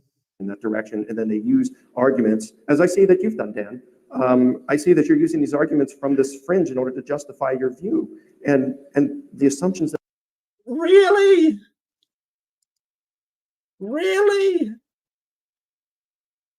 I gotta say, this guy's got some weird takes. Yeah. Considering that he just mentioned Craig, and Craig's like, it was Pascal's waveger practicality that convinced Craig. He just makes these philosophical arguments to justify his belief. The philosophical arguments didn't convince Craig. Mm-hmm. And most Christians, they have an experience. They have a Holy Ghost experience, whatever the hell that is. And then they use these arguments to justify why they believe.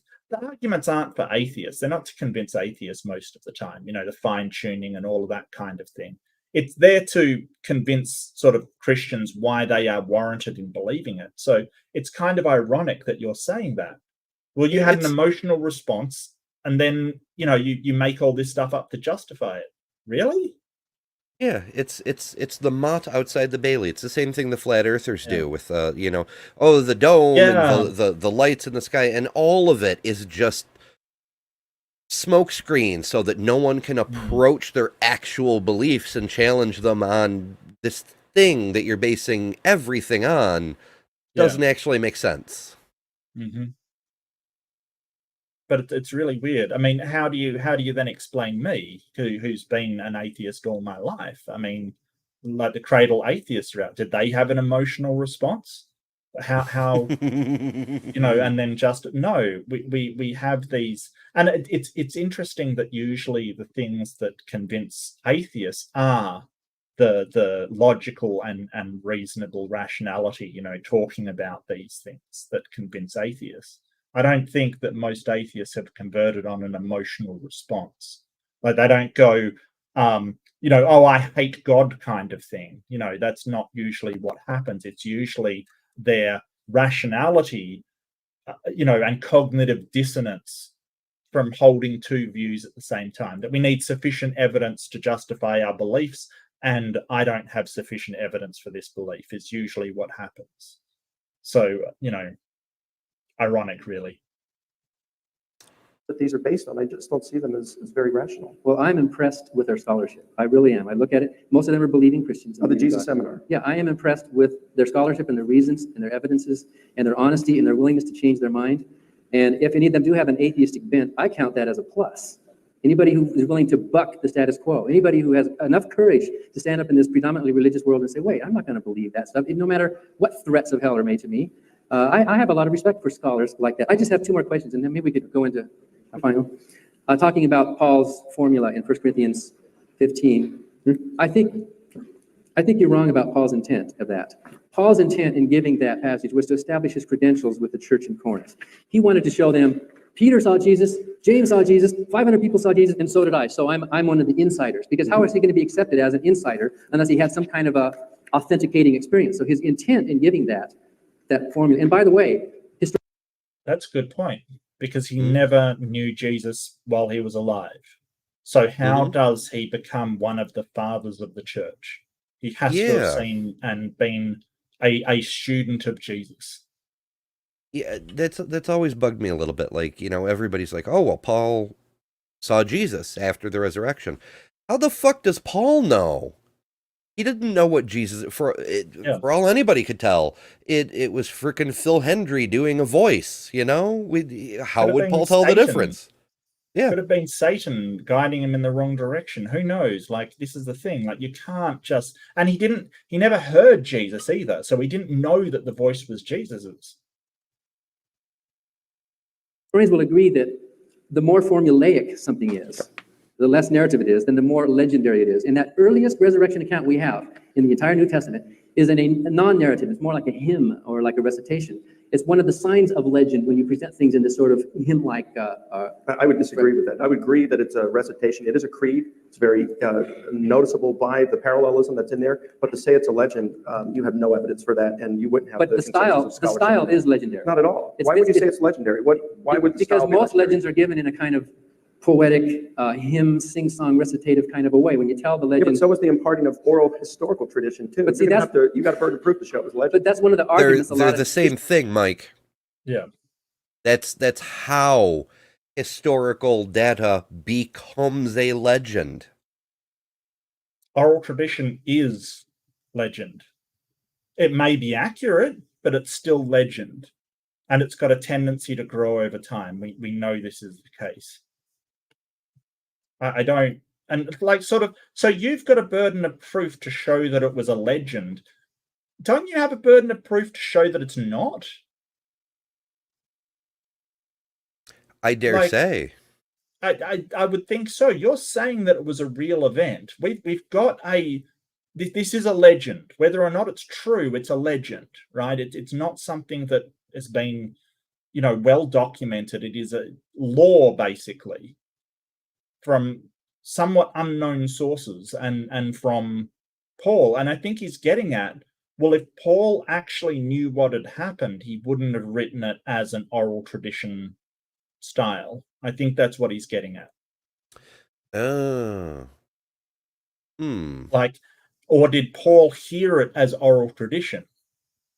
Is that what happened? We do know I believe it's the earliest writings that we've confirmed were actually written down was that creed they keep referring to. I'm always mixing up the damn creeds, but it's one of the creeds in Paul's letters, which Paul himself got from other believers once he converted. So even though it's a relatively early writing, it still came to Paul through oral tradition. Mm-hmm. Yeah. Interesting. Historians give for the authenticity of the New Testament is that it's given in a non-legendary frame. It's given in more in a narrative. But here, the earliest resurrection account is given in a non-narrative, in more legendary style. I'm sorry, and what evidence would you have that it's legend? Because Paul's saying I'm not saying that Paul's saying he's an eyewitness. I'm not saying that it is legend. I'm saying the style is legendary. The earliest thing we have in the resurrection is in a style that is unlike anything else. It's in a legendary, hymn-like, recitative style. And then one last question. By the way, you wouldn't have much scholarly consensus on that opinion, but go ahead. Well, I'm just repeating what Christian scholars say. No, you're repeating what a few of the scholars, not all of them, of the Jesus Seminar. Well, not all of them say that it's legendary, but they all say that style is like a recitation, not a narrative. Like, this is the thing. And yeah, that doesn't make it not happen. It doesn't make the legend untrue, but it does speak to, well, the first example that we have, or the first record we have of this event, does seem like it is a recitation rather than a narrative. And that's, Licona's just, he really does not want to give any ground whatsoever, does he? His best answer is ad populum, right? When you're debating scholars of the same kind in the same field, you can't really pull an argument to authority. But he's saying, well, more scholars side with me than with you. Okay? Well, that is a case of consensus, but I think he's again using the sort of Mott and Bailey. He's kind of making the argument, well, it's not in a style that would make it a legend, and then say, well, you've got to prove it's a legend kind of thing. I don't think that's what Dan is saying.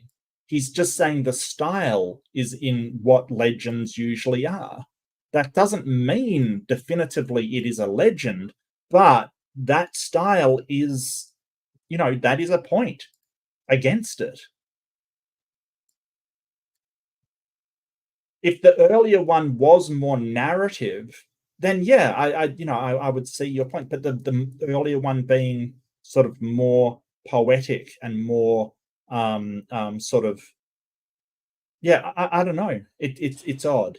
Makes me think of Washington Irving, the tale of Ichabod Crane, or wait, was Washington Irving also the Paul Revere guy? I can't. Americans all seem the same to me, but look, yeah, there's Crane. Yeah, there's a lot of tidbits in American history where we only know about these supposed legendary events because they were written in a legendary storytelling style. What we can discern from the actual historical events is often considerably different. So was Paul Revere a real person, and did he charge through the town sort of yelling the English are coming? Do we know this? Yes, he was a real person. He was not the only one who did the whole midnight ride thing. There were at least 2 other riders that we know about. His particular course didn't take him all the way to Concord. Fuck was the other city? Oh, my damn meat brain is so mushy. But yeah, the point is there's a lot of details that were altered for the purpose of making the poem rhyme. Right. And that happens all the time. Mm-hmm. I would say. Okay, so whatever your interpretation, you do agree with me that style of that formula in the earliest resurrection account is somewhat different. In fact, can I read a quote from John Dominic Crossan, of the co-founder of the Jesus Seminar on this? He says, Paul needs in 1 Corinthians 15, in agreement with you here, to equate his own experience with that of the preceding apostles. To equate, that is, its validity and legitimacy, but not necessarily its mode or matter. Paul's own entranced revelation should not be the model for all the others. So not only is Crossan saying here that Paul isn't necessarily saying, and Ludeman would agree with, no, Ludeman would not agree with this, but Crossan here is saying that Paul is not necessarily saying that his experience was just like the disciples. He's saying that the validity and the legitimacy of his experience was the same as the disciples. Okay, so he has a completely different experience, but he's basically saying the experience that I had is just as legitimate as the experience they have. Okay, Mike, what if his experience was bullshit? Yeah. I mean, there's people who still have experiences today. And Yeah. you know, you've got the Pentecostals who are blah, blah, blah, blah, blah, and that's an experience that confirms Jesus. But at the same time, you've got the Mormons who have the burning in the bosom that confirms the Book of Mormon. Yep. And then you've got the Muslims who, you know, feel the fiery warmth and or wrath of Allah's presence, and et cetera, et cetera, et cetera. And then you've got Scientologists measuring thetans with a device that certainly does not work. You know, But it's scientifical, therefore theirs is the most accurate religion, right? probably, or something. But you know, I mean, hell, these it has things- science in the name, Mark. Come on now. How can I argue with that? I can't argue with Tom Cruise. Tom Cruise is into it. It must be true. Must be. Thetans. Terrible. It's a continuity tester. Okay. So he is, according to Crossan, your man here. He's saying that it is historical. He's not saying it's legendary. He said he appeared also to me. Paul wanted to be, you see his intent. He wanted to be accepted by the church at Corinth. And one final point, in that I'm glad earliest, you agree with my view then. I don't agree with your view. I'm agreeing that But you in just this, agreed with Crossan here. originally you gave a different intention for Paul including that in 1 Corinthians. And I'm correcting you and saying that his real intention, as Crossan agrees, was to establish his credentials before his readers of 1,000 miles away who had no idea knowing who this man was. Okay. And Yeah. You didn't say that his intention was to establish his validity to the church at Corinth. You were saying that he wasn't trying to give a resurrection narrative.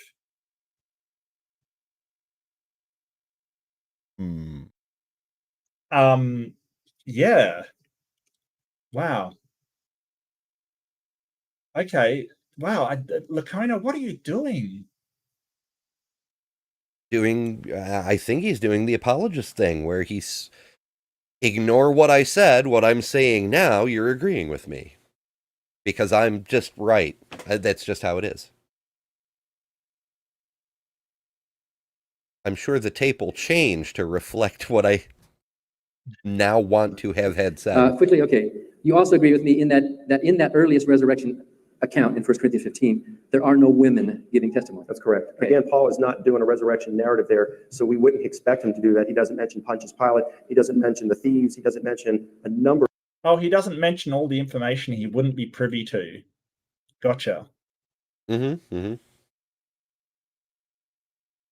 it kind of reminds me of these like seers, these people that say they can talk to the dead and stuff, who never have like this really, you know, they have vague information about things and never have, you know, specifics about events.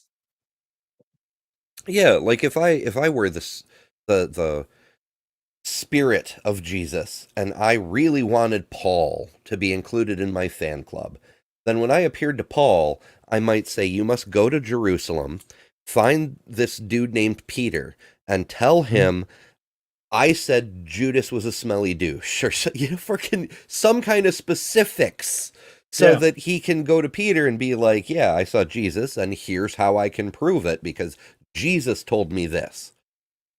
Like, you know, the safe word is pineapple or whatever, you know?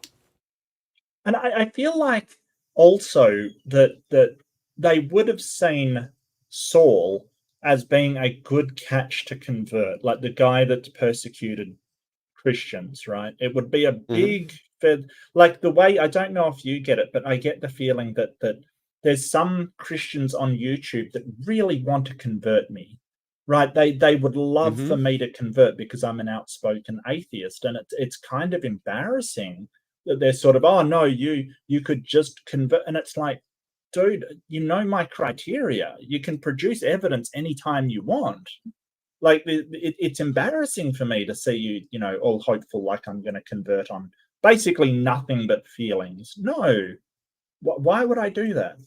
Yeah, But it's exactly the same thing, because you're out here persecuting them by, asking them to demonstrate what they believe is true. oh, How look, dare you? I won't even shy away. I'll persecute him. Yeah, Yeah, I'm all for it's Bigfoot it's Jesus. it's the same thing. They can take Paul and hold him up and be like, his job was to hunt us all down, and now Yeah. he's convinced. It's exactly like one that prominent atheist former Muslim lady that I'd never heard of before converted. Like, it made news because a prominent atheist converted. Yeah. I'm just like, who is that again? But yeah, they make a big deal out of it because it Sure. means their stuff is more truer. And never mind all the people that convert back and forth between Christianity and Islam. Sure. That's just that doesn't count. Never mind the incredible amount of people leaving Christianity every single year as it's slowly dying off and, enjoying the death that it so nobly deserves, quite frankly. Maybe it'll other events, it resurrect. doesn't Maybe 3 days later we're back in force. Who knows? mention that this happened by Pontius Pilate on the eve of the Passover during the reign of Tiberius Caesar, which is mentioned by Tacitus and Josephus. But what we have in the Gospels, a resurrection narrative, that's not what Paul's intending to do. But you at least agree that they are absent. They could have been there. Peter was there, James was there, and the women could have been there, but they weren't. They're absent from the earliest testament. Right, because it's not Paul's intent to give a resurrection Whatever narrative. the reason, they're not there. Great. So I'm glad you admit that at least all the disciples, Paul and James, believed Jesus rose and appeared to them. Peter, Paul, and James, if they existed, believed that Jesus rose spiritually to heaven, not bodily. Okay. Licona, why is he doing this? He's kind of like, he knows full well that he doesn't agree with him. Oh, I'm glad. Like, we see this debate tactic in really, really poor debaters saying, well, I'm glad you agree with me, and then taking a mile. It's like this sort of, it's first really bad. grade. It's elementary school. Mm-hmm. Thank you for a very rigorous and So his point is that the earlier scriptures said that he had a bodily resurrection, and the later scriptures said he had a spiritual resurrection. Who's right? They can't both be right. But that was a really nice point to leave on. Yeah. I don't know. I think the spiritual resurrection it's probably more well-founded, but it's also confusing, because if Jesus spiritually resurrected, then why was the empty tomb empty? He didn't need his body, so what did he bring it, like Nee's pointing out, did he bring it just so Thomas could poke holes in his story? Poke holes. I see what you did there. Yeah.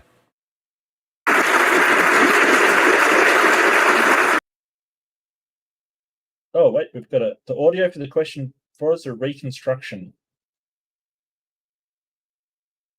Huh. Oh, are the questions, we can't really hear. That's a great, am I on here? I think that's a great question you bring up about inerrancy there.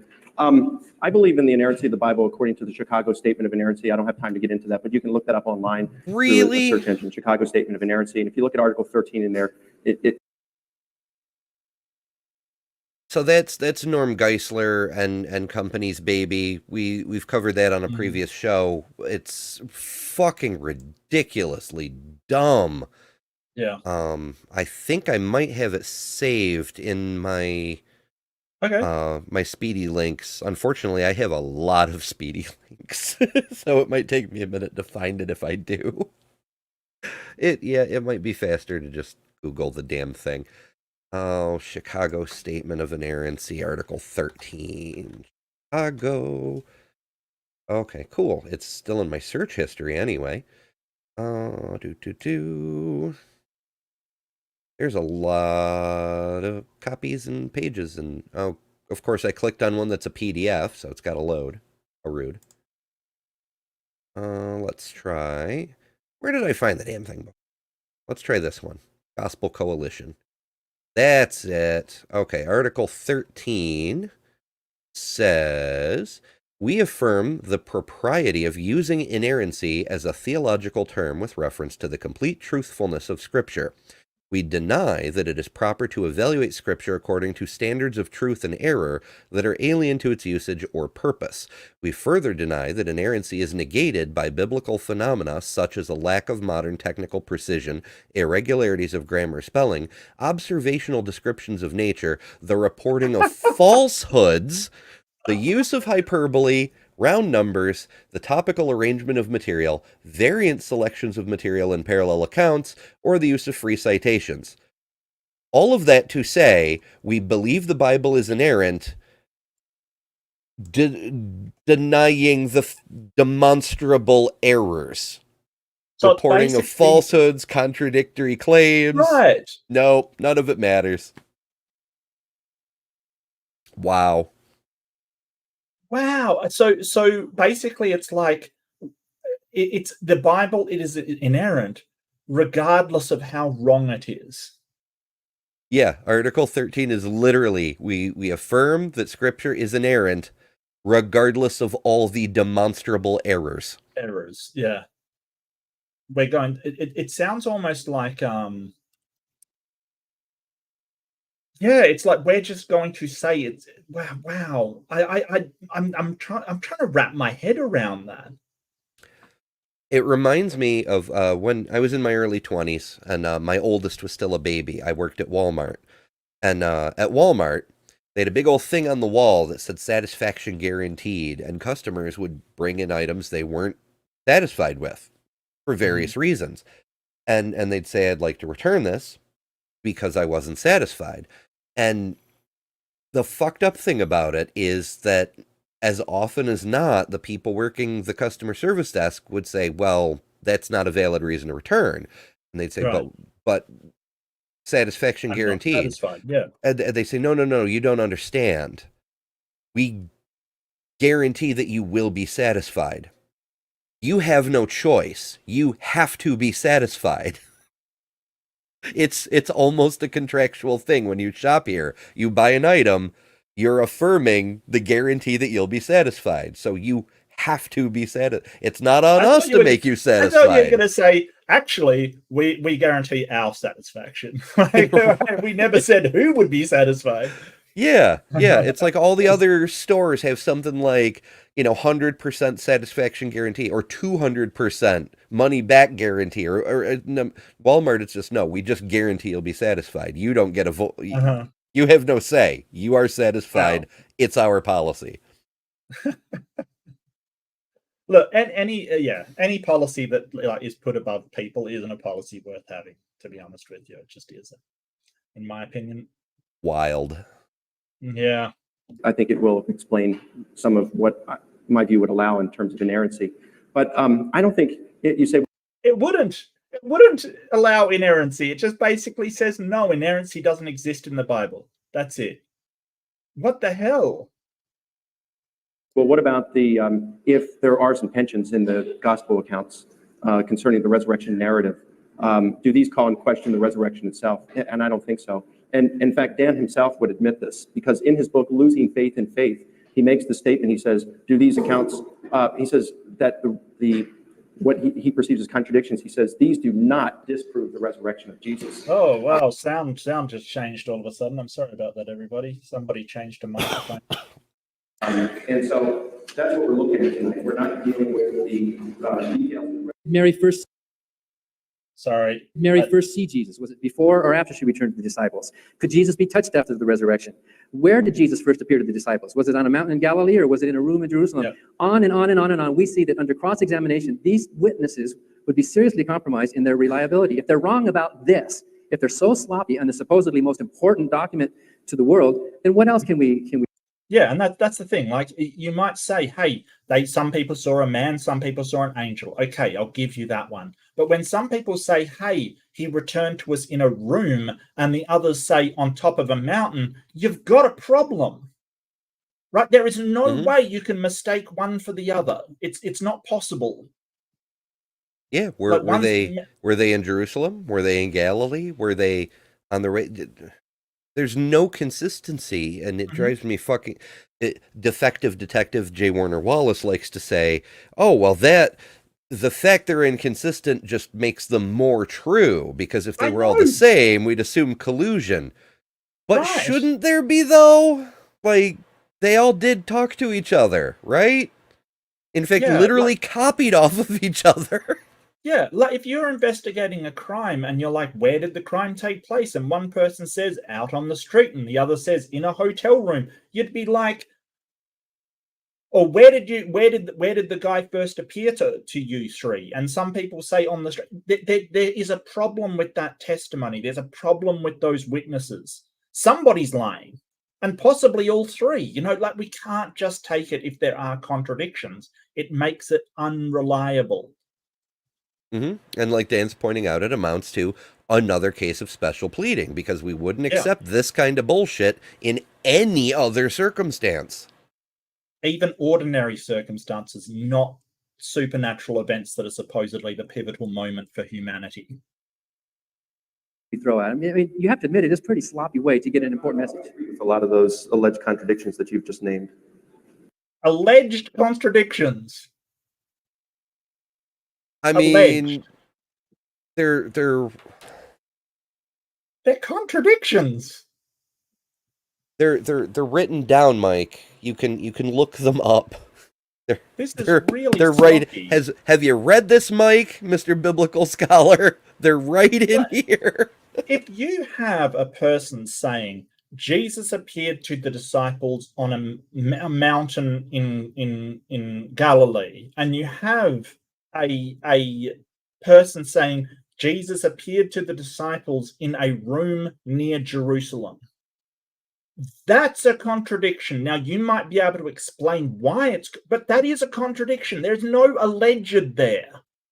Like, this is how can you possibly say, oh, well, that's alleged contradiction? And it's guided by the Holy Spirit, too. He was whispering in their ear and telling them what to write. Right.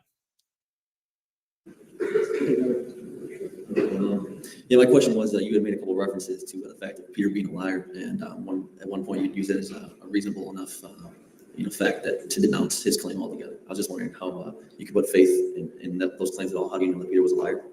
I didn't really hear. Did you understand what he was saying? I didn't understand it either. How about that? Yeah, he never said that Peter was a liar. He never said that. Like, that's the thing. Like, no, Mike Licona said that Peter was a liar, but he never said that. He said he believed in somebody so bad that he convinced himself. Like this is the thing. This is the conflation that he's doing, and apparently the audience is doing as well. So it's easy to put words in somebody else's mouth. I was a little distracted there. I was thinking about, like, what would we expect to see if there were all the divine hibbity Jew and mojo and sorcery and whatnot. And I'm like, if instead of the accounts all being different, having accounts from all over the world, people who could not have spoken to each other, who relate the same details correctly. If you have a source that says a thing, and then you have another source from halfway across the planet that says the same thing, that's impressive. Yeah, that's compelling. Yes. Absolutely. You had made a reference a couple times to Peter being a liar, and one time to use it as reason enough to not believe in his claim. I was wondering how you yourself believe or have put faith in the fact that Peter was a liar. That's a loaded question. Right? Does anyone notice that? That's a loaded Your Honor, question. he's leading the witness.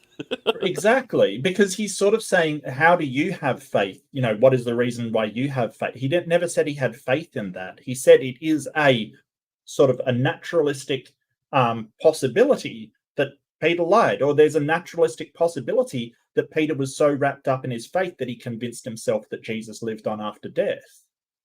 Like, that's not a faith statement. Like this I dislike this person. They're very but that's a loaded question. It's like, when did you stop beating your wife kind of thing. Why do you have this faith? Well, I never said I have faith in it. Like, Awful. How did I put faith? Well, if you believe the document, if you believe the story that's given in the New Testament, Peter told an admitted lie that everyone knows was a lie. Now, if you don't believe the document, then we can throw the whole thing out, which would be fine with me. I mean, it's a nice story about how this legend started. But you either take the document at face value or you don't. Peter told a lie. We all admit that. Our first witness to the resurrection was an admitted liar just a couple of days before that, who was under mental stress, under trauma. He was a hot-headed guy. He cut off a soldier's ear. He was rash. He was uneducated. I mean, is he the kind of guy you would want to have on a witness stand for an important criminal trial? I don't think so. You acknowledge the fact that Jesus made a claim before Peter made those lies, that he predicted that would go ahead and happen? So Jesus predicted that Peter would lie? It says so in all four Gospels, just like it says so about Peter lying, which I'm assuming So, that's so what Peter had no choice? He had to lie? Well, I mean, he made the claim, and it would seem that Jesus is an extraordinary person. That's why we're all here, right? Well, okay. No, that's not why we're all here. No.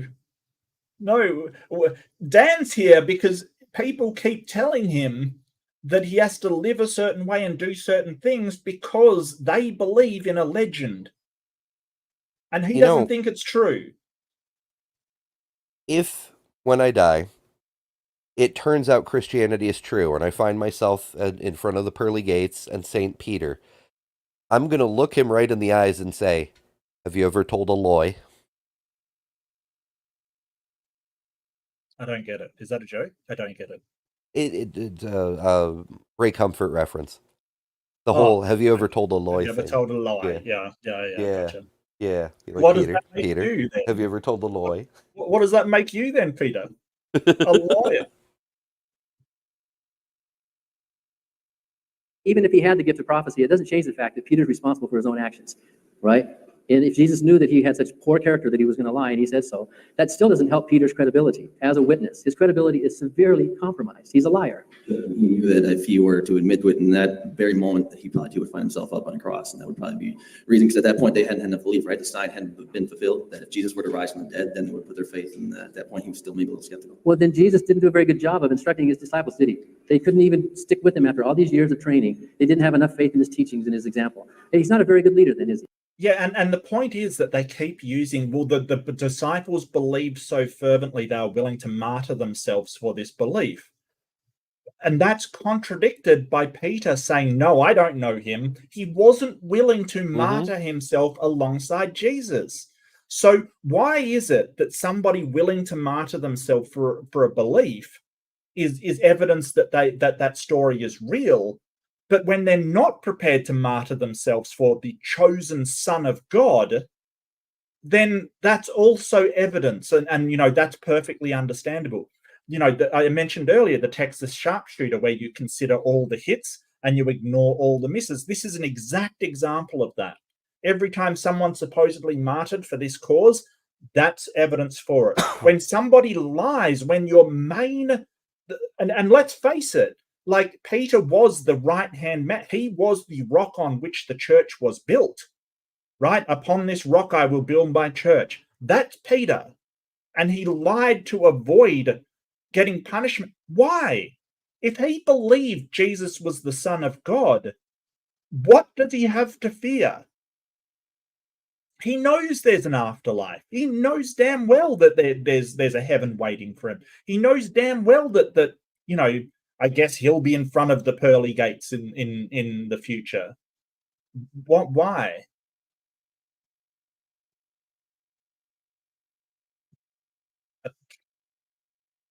And I mean, if you say, oh, well, maybe he thought about it and then came to the conclusion he was willing to martyr himself, wouldn't it be if you had just experienced this person, like,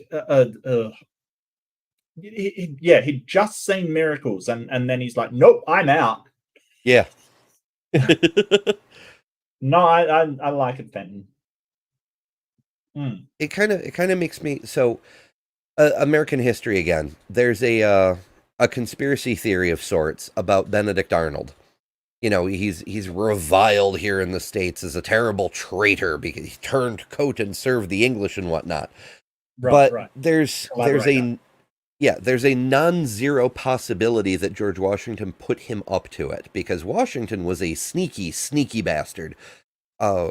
people only recently learned that he had a freaking spy ring in New York City under the British control. He was very crafty. And so there's this possibility and a theory to that effect that Arnold's switching sides was to have an inside man, because Arnold was immediately given rank and commission. He wasn't given his own army or anything, but he had pull within the British army, and he was in a position to feed information to the rebels. Perhaps. I mean, how do you get to the bottom of that? That's very difficult to find out. But there's Yeah, a lot of. But I mean, it's then unfalsifiable.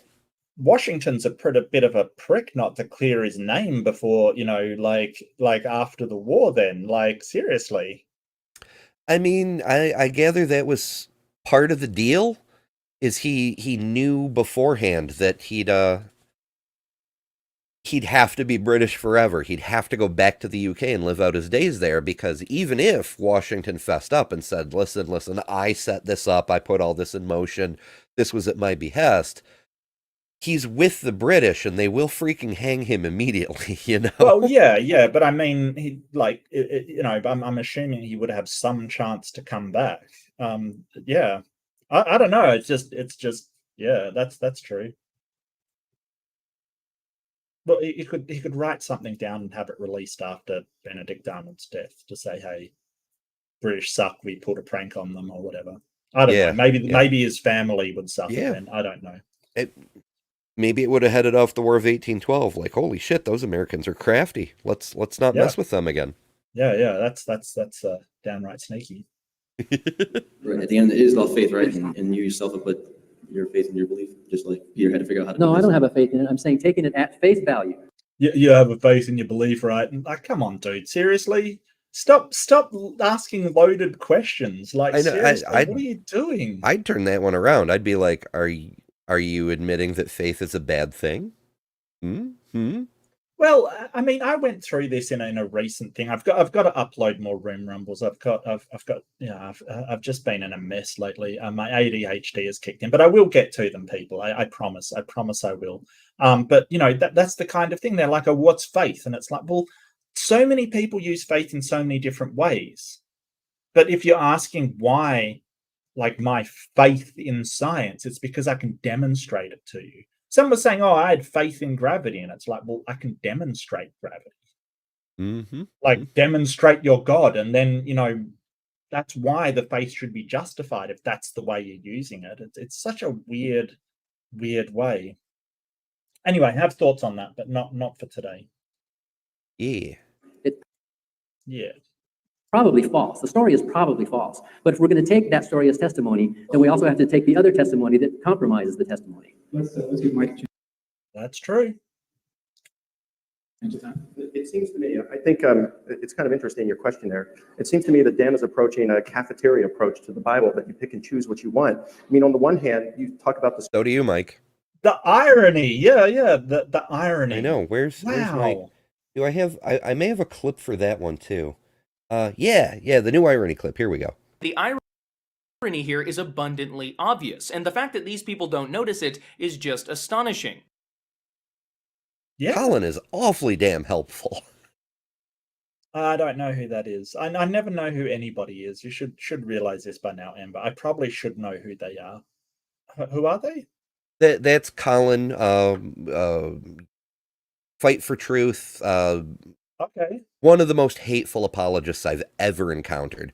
I recently did a video with him where he was big mad that MSNBC had a trans person on TV to talk about things people said about trans people. Like the Michael Knowles thing and a few other statements.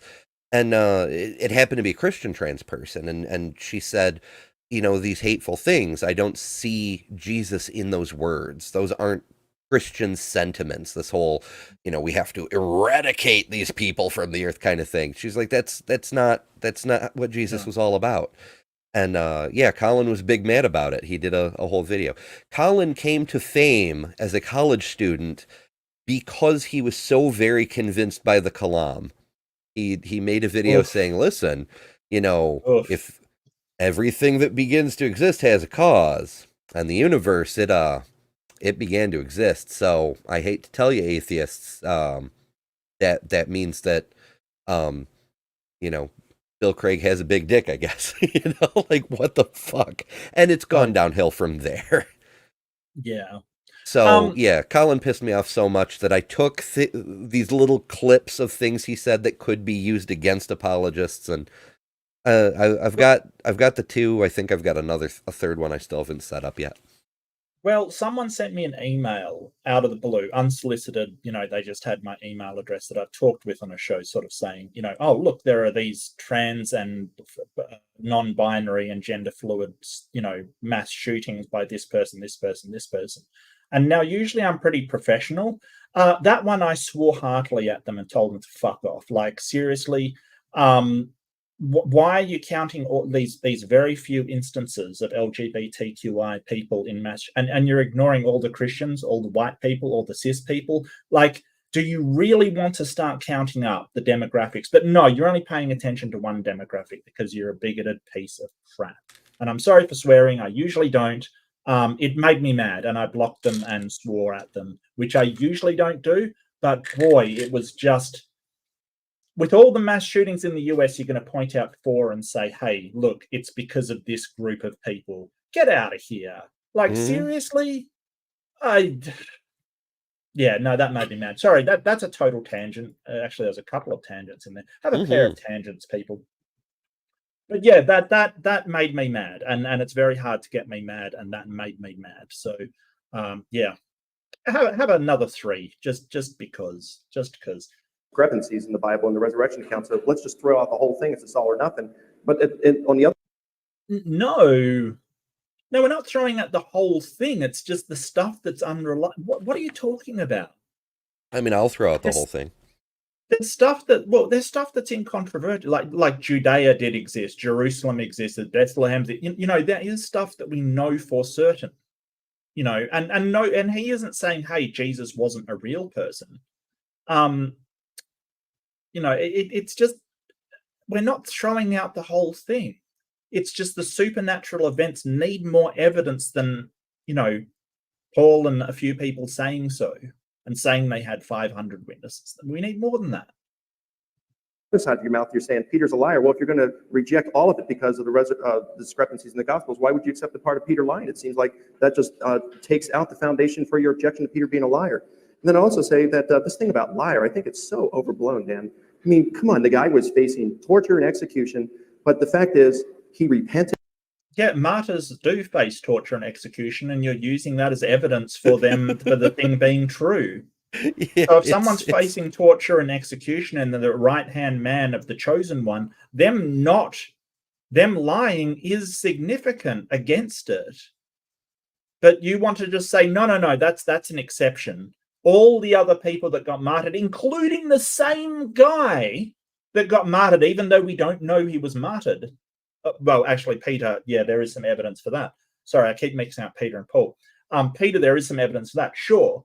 But you want to use including the same guy being martyred as evidence for it. But when he lies and says, no, I don't know the guy, that's not it. Wow. Yep. And he followed Jesus for the next 30 plus years, served as head of the church, had a tremendous impact. I mean, we've all made mistakes in our lives, no question about it.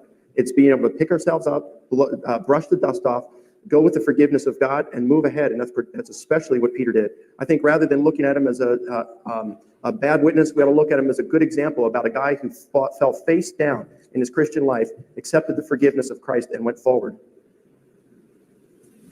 Except he had to, because Jesus made a prophecy.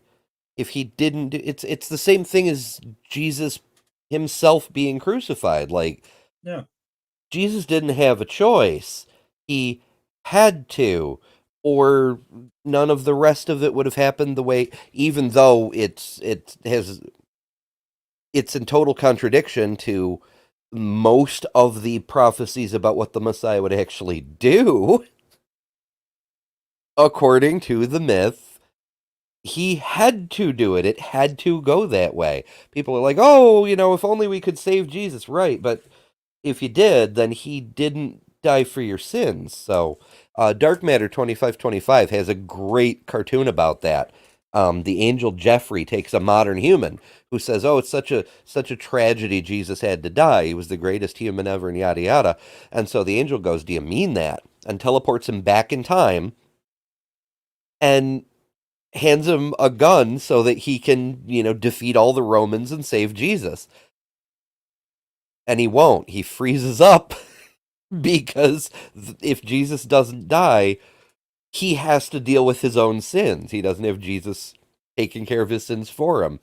Mm-hmm. And so then Jeffrey says, oh, you're a pacifist. I understand. And he uses his angel magic and takes Jesus off the cross.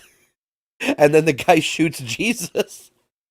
He's like, I'm sorry, Jesus, you have to die. It's the same sort of thing. It has I to want my happen. own sins. Yeah, I don't want to have Yeah. to deal with my own sins. Sorry, Jesus.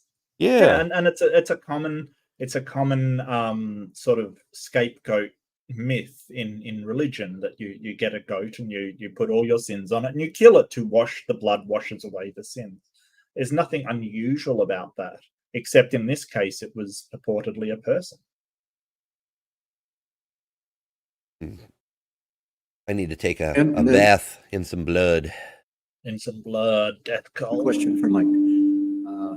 Due to medieval history, there were at least 36 pre-Jesus gods that were born of a virgin mother. Virgin. There was Osiris. Was Osiris one of them? There was a Mithra was born of a virgin, I believe. Mithras, yep. Yep. It's either Osiris or Horus. I mix those two up Yeah, too. I'm a lot better with Greek mythology. Yeah, Dionysus.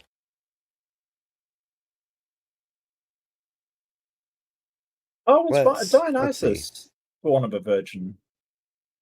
I thought so. I may be mixing up my... Okay, the Googles say Ra was born of the virgin Net. Horus was born of the virgin Isis. Attis, a Virgo Roman god, was born of the virgin Nana on December 25th. Quetzalcoatl, born of the virgin Chilaman. Krishna, born of a holy virgin. Anakin, Yes. born of the actually, I don't know Anakin's mother's name. I've forgotten. Oh, shoot. Yeah, I can't remember either. Born of the virgin Shmi.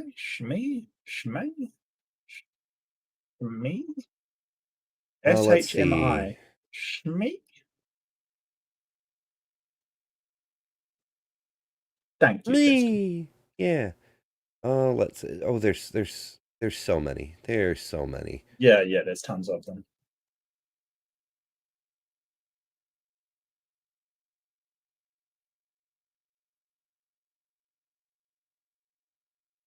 And I mean, the only reason why they didn't become big was just that they didn't, they just didn't. And I mean, there was also was it Aphrodite who was born from the Athena. ocean kind of thing? Oh, okay. I thought you were gonna say from Zeus's head, No, because I was thinking, I'm like, Zeus wasn't a virgin, but Athena was born in a way that didn't involve the normal act of procreation, so maybe that correct, counts. Yes, maybe it does. Yeah, Yeah. maybe it does.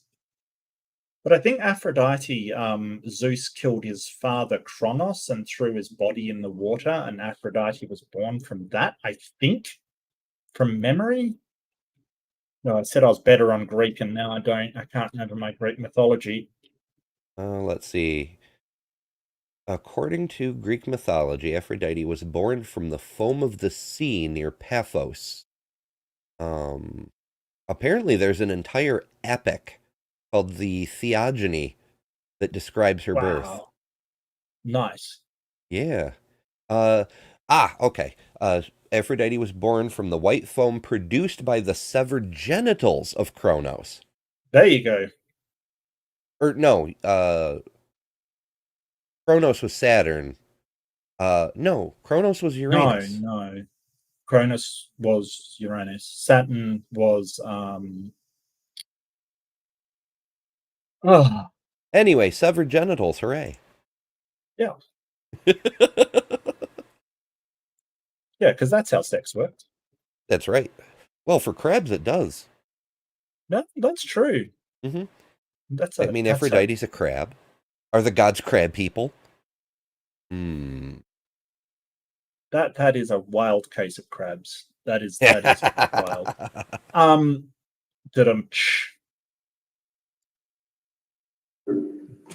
They died and they rose from the dead. At least 3 dozen of them.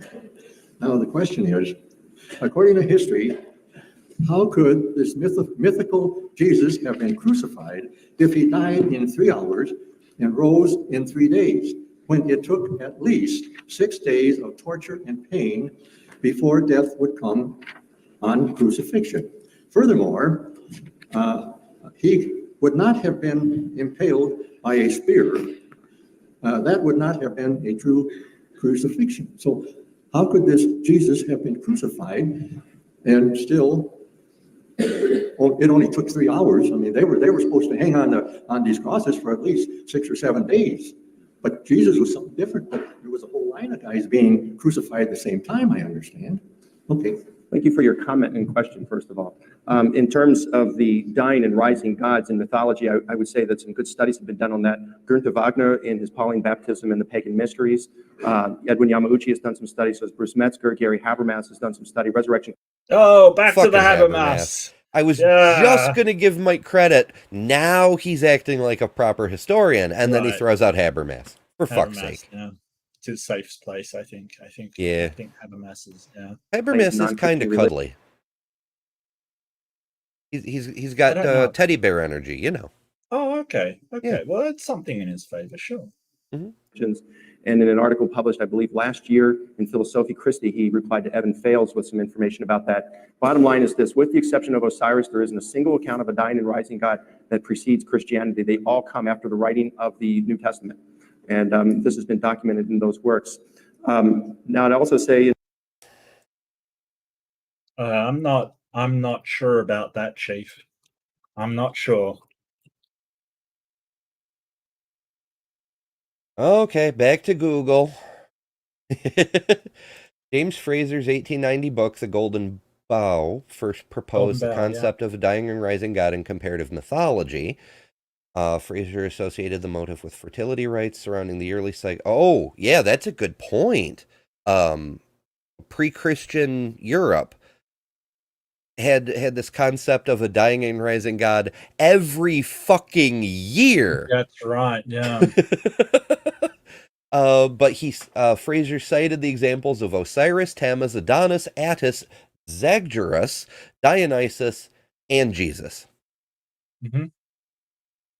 Pretty sure Dionysus preceded Jesus. By a good bit. And also, apparently, Quetzalcoatl. Of course, you know, the Greeks wouldn't have been aware of that at the time, but details. Yeah. Oh, here's a list of gods who not only died and resurrected, but died and resurrected after 3 days. Hey, it's both Osiris and Horus. No wonder I keep mixing those guys up. Let's see. The Buddha. The original Buddha, his first resurrection was 600 years before Jesus.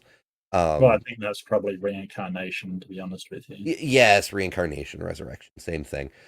Krishna shows up again. Zarathustra, 1,000 years before Jesus. Yeah, that's definitely, yeah. Mithra's on the list. Thammuz, a Babylonian god. He was crucified, died, raised 3 days later, 2,000 years before Jesus. Hermes, apparently, died by crucifixion and resurrected. Didn't know that one. Yeah. I'll have to look up the myth on that one. Yeah, same. Oh, goodness. Yeah, there's quite a few.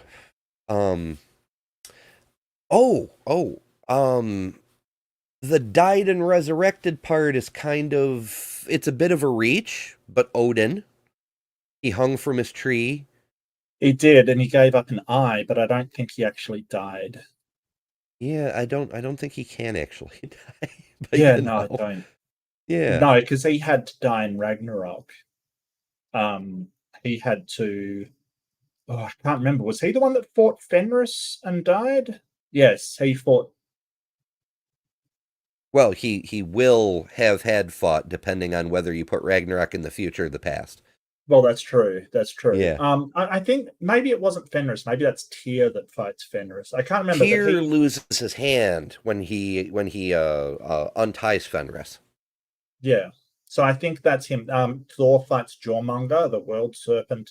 Can't remember who Odin fights, but they're all supposed to kill each other, basically. They're all supposed to. Yep, everybody dies. Yep, everybody dies. This is interesting. The source for this list of dying and rising gods is called a World History Book Encyclopedia. But it says, Jesus Christ, a Roman god. He was said to have been crucified. He died and resurrected approximately 30 AD. I'm like, calling Jesus a Roman god. It's accurate, but it's kind of not what you'd expect to see. In terms of the crucifixion, I think that Jesus was on the cross for 6 hours, if I remember right. But even if that's the case, you're right. Jesus did seem to die quite ahead of time, sooner than most crucifixion victims did. I don't know, 6 or 7 days would be common. In my studying crucifixion, I didn't find anything. It would say days, but it didn't say how many. And it was a very, very brutal process, I agree. But if you recall, the Jews of the period, according to the New Testament accounts, and in fact, according to the Talmud, it says he was hanged on the eve of the Passover. And again, the New Testament Gospels have that as well. If that's the case, the Jews would have been correct in saying they don't want him hanging on the cross. And so they would have, like the Gospel said, went and did the crurifragium, breaking the legs, which was a method described. And the reason they would do that is so the person couldn't push up against their feet, which had been nailed, in order to exhale and inhale, and they would simply asphyxiate. So that would also explain the point you bring up. It would explain why Pilate was surprised when Joseph of Arimathea went to him and requested the body. He was surprised that he had died already.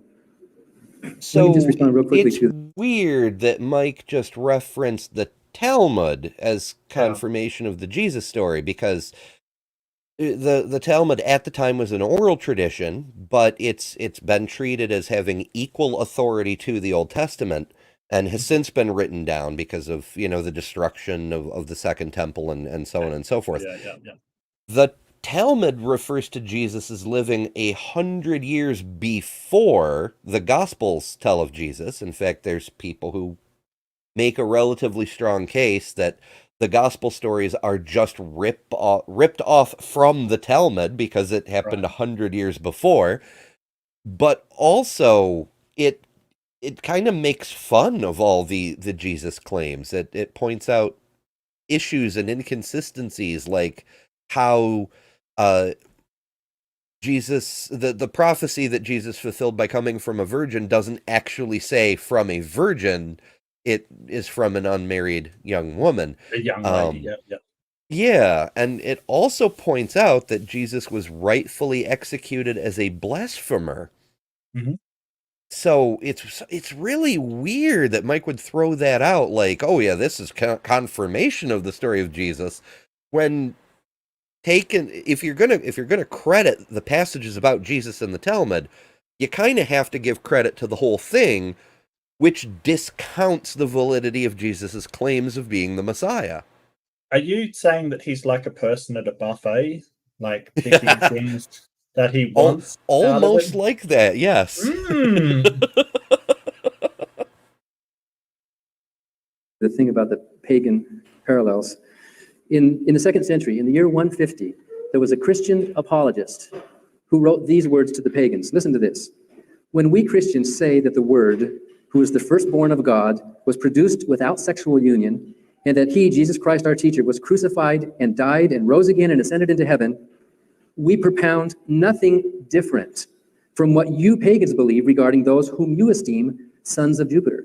Here's a second century Christian telling the pagans that what we are proclaiming is nothing different from what you pagans believe. And you admit that Osiris was one of those who was written before, but It's not really resurrection. but the dating of the writings doesn't mean that those things were not believed before. It was really a resurrection. He died and then came back to life. It's a resurrection. There's special pleading. Well, it wasn't a real resurrection. He died, he came back to life. That's a resurrection. Get over it. Seriously. I don't. Yeah, like what's the criteria for determining a real resurrection?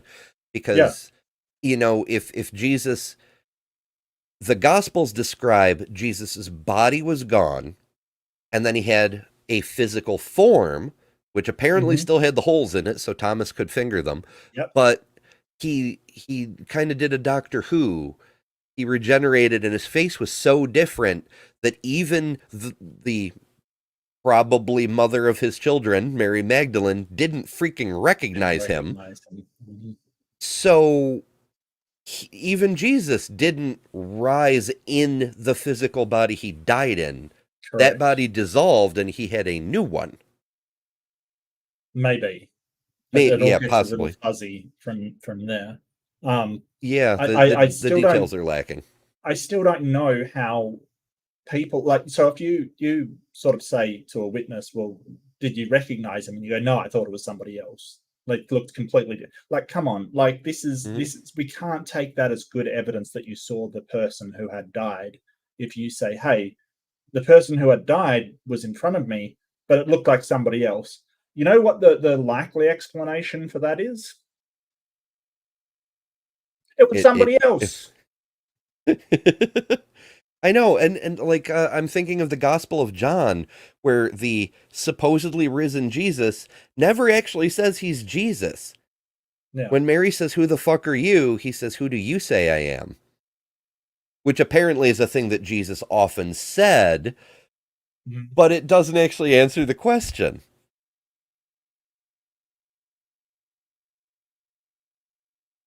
That's fair.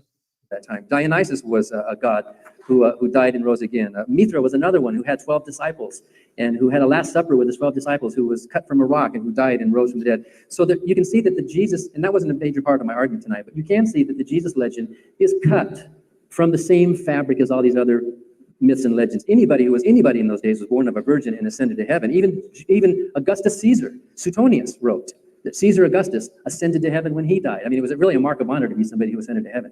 So that's a strike against the uniqueness of the Christian message. I don't think so, because when he said he ascended to heaven, he's talking about Augustus. Suetonius says that there was one person who believed, he swore he saw Augustus ascending in the flames. And, as you know, he mentions a similar account about Julius Caesar being in a comet and going to heaven that way. But these are easily explained by naturalistic explanation. So is yours. Yours is easily explained by naturalistic. You just don't believe the naturalistic explanations. Wow. A comet or a hallucination. And Suetonius would even say the comet himself. You can't explain that with the resurrection. Well, Jesus didn't even get a comet. Where was the Jesus comet? Right? Surely he could make a comet. Sure. There are no plausible naturalistic explanations. I just gave you a few tonight. Yeah. I didn't hear It's them. up to you. You didn't hear them? Like, there is nothing. Like, Mike Licona is. He was too busy going la la la la la la la. Right. He is displaying the most obstinate,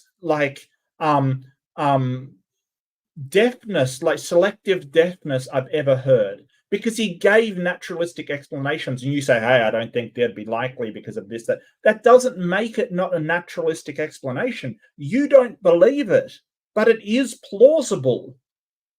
Like, fine, you don't believe that the naturalistic explanation explains it. Fine, you don't know. Well, I didn't hear any. Yeah, you did. You heard them. You just don't want to believe them, and that's fine. You can believe whatever you want to believe, but wow. You decide if they're plausible. For me, they are very plausible. All right. My question, can you hear me? No. I didn't hear any. I didn't hear. It's been silent all night. All night. It's been silent. Wow. The serious. Wow. I thought you said this guy was really good, Ember. I'm gonna have to take back your cookie. I really am. I know. It's a major disappointment. Yeah. I mean, It's, yeah, he has his history chops. I get you. Like he is a proper historian. It's just this obstinance that you know. So ugh. I just looked up whether Jesus did have a comet, and it turns out that Chinese records record a comet in 5 BC, which is in the date range that Jesus may have been born in. TLDR, you combine all this shit. Passover in 5 BC was around April 13th, 27th-ish, and then you add the days and the weeks at whatever. Basically, you can nail down Jesus's birth to June 17th in 5 BCE. Assuming that comet is the thing, but whatever. Well, and it's interesting. One of the interesting things I learned recently was Chinese astrology records are incredibly good. We still use them today. Like they are on astronomy. They were absolutely magnificent and well-kept records that we can still use them reliably to this day. Like, say whatever about the Chinese, but their astronomy back in the day was fantastic. So good on you, China. Well done for that. What are we blaming Jester for? I'm not sure. Jester just mentioned that no one had blamed them tonight. Oh, look, I can find something. Look, that's why we've got Bigfoot Jesus. He squatched for your sins. Mm-hmm. There. Okay. Well, I must admit, like, Licona's got me a little bit frustrated. Did you want to go through the rest of the questions, or do you want to maybe call it early? You seem very tired, Ember. I'm not gonna lie. Oh, I'm good either way. It's okay. True I don't have the energy I usually do, but yeah, I'm all right. Ask Ember. Apparently, you know what Jester did. All right, Jester, we're on to you now.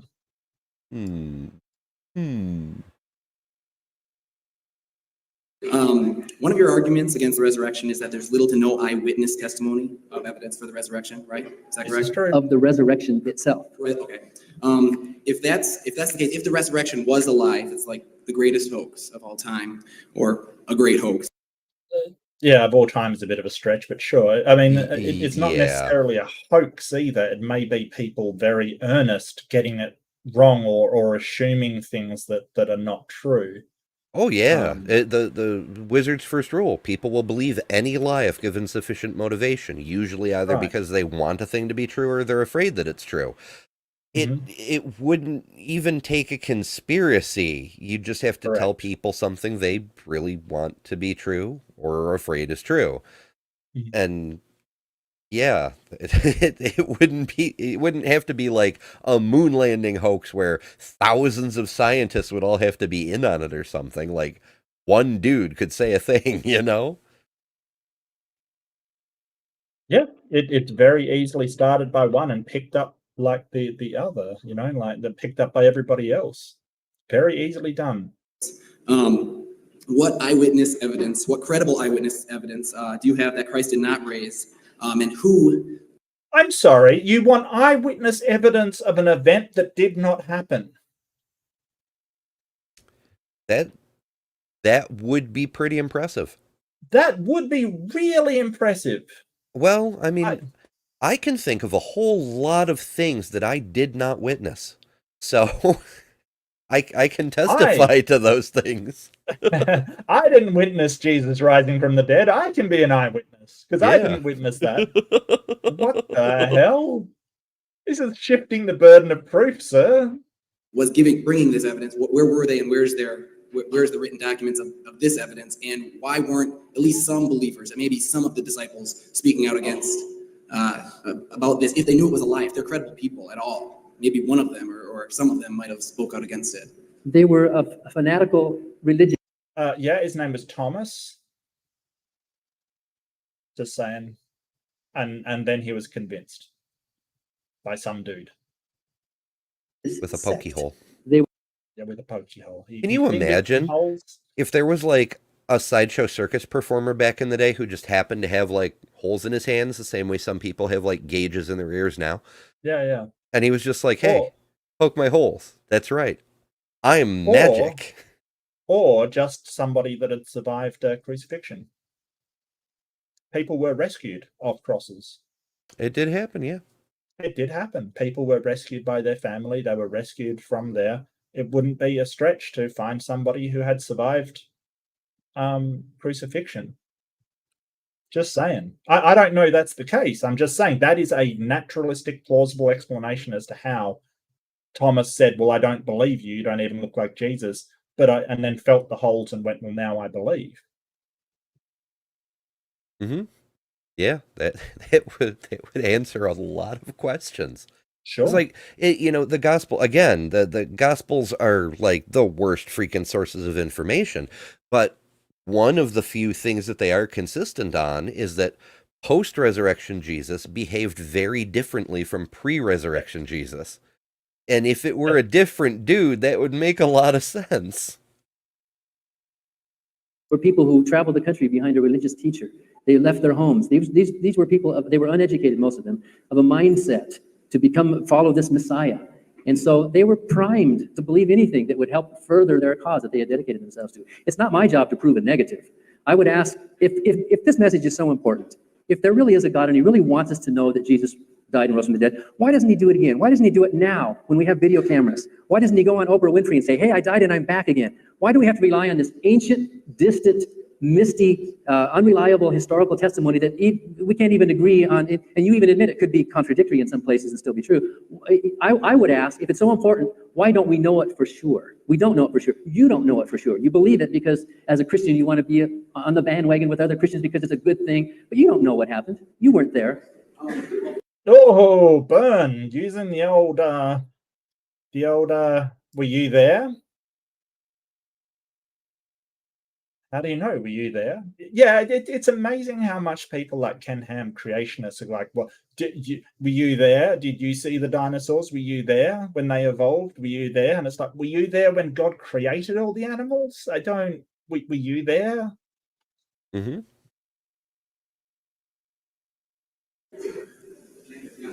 Okay, there we go. I mean, I'm not on, okay, for one thing, I don't feel like I'm on the bandwagon and try and go with the other Christians. I disagree with that, and you don't really know what I believe or what I decide, so don't try to do that. But, I mean, yes, there are people who actually believe that it's true for other reasons other than getting on the bandwagon. There might be some of them, too, but there are definitely people who have enough evidence. Like this? Like what he gave tonight? Sure, what he gave tonight. That convinces you?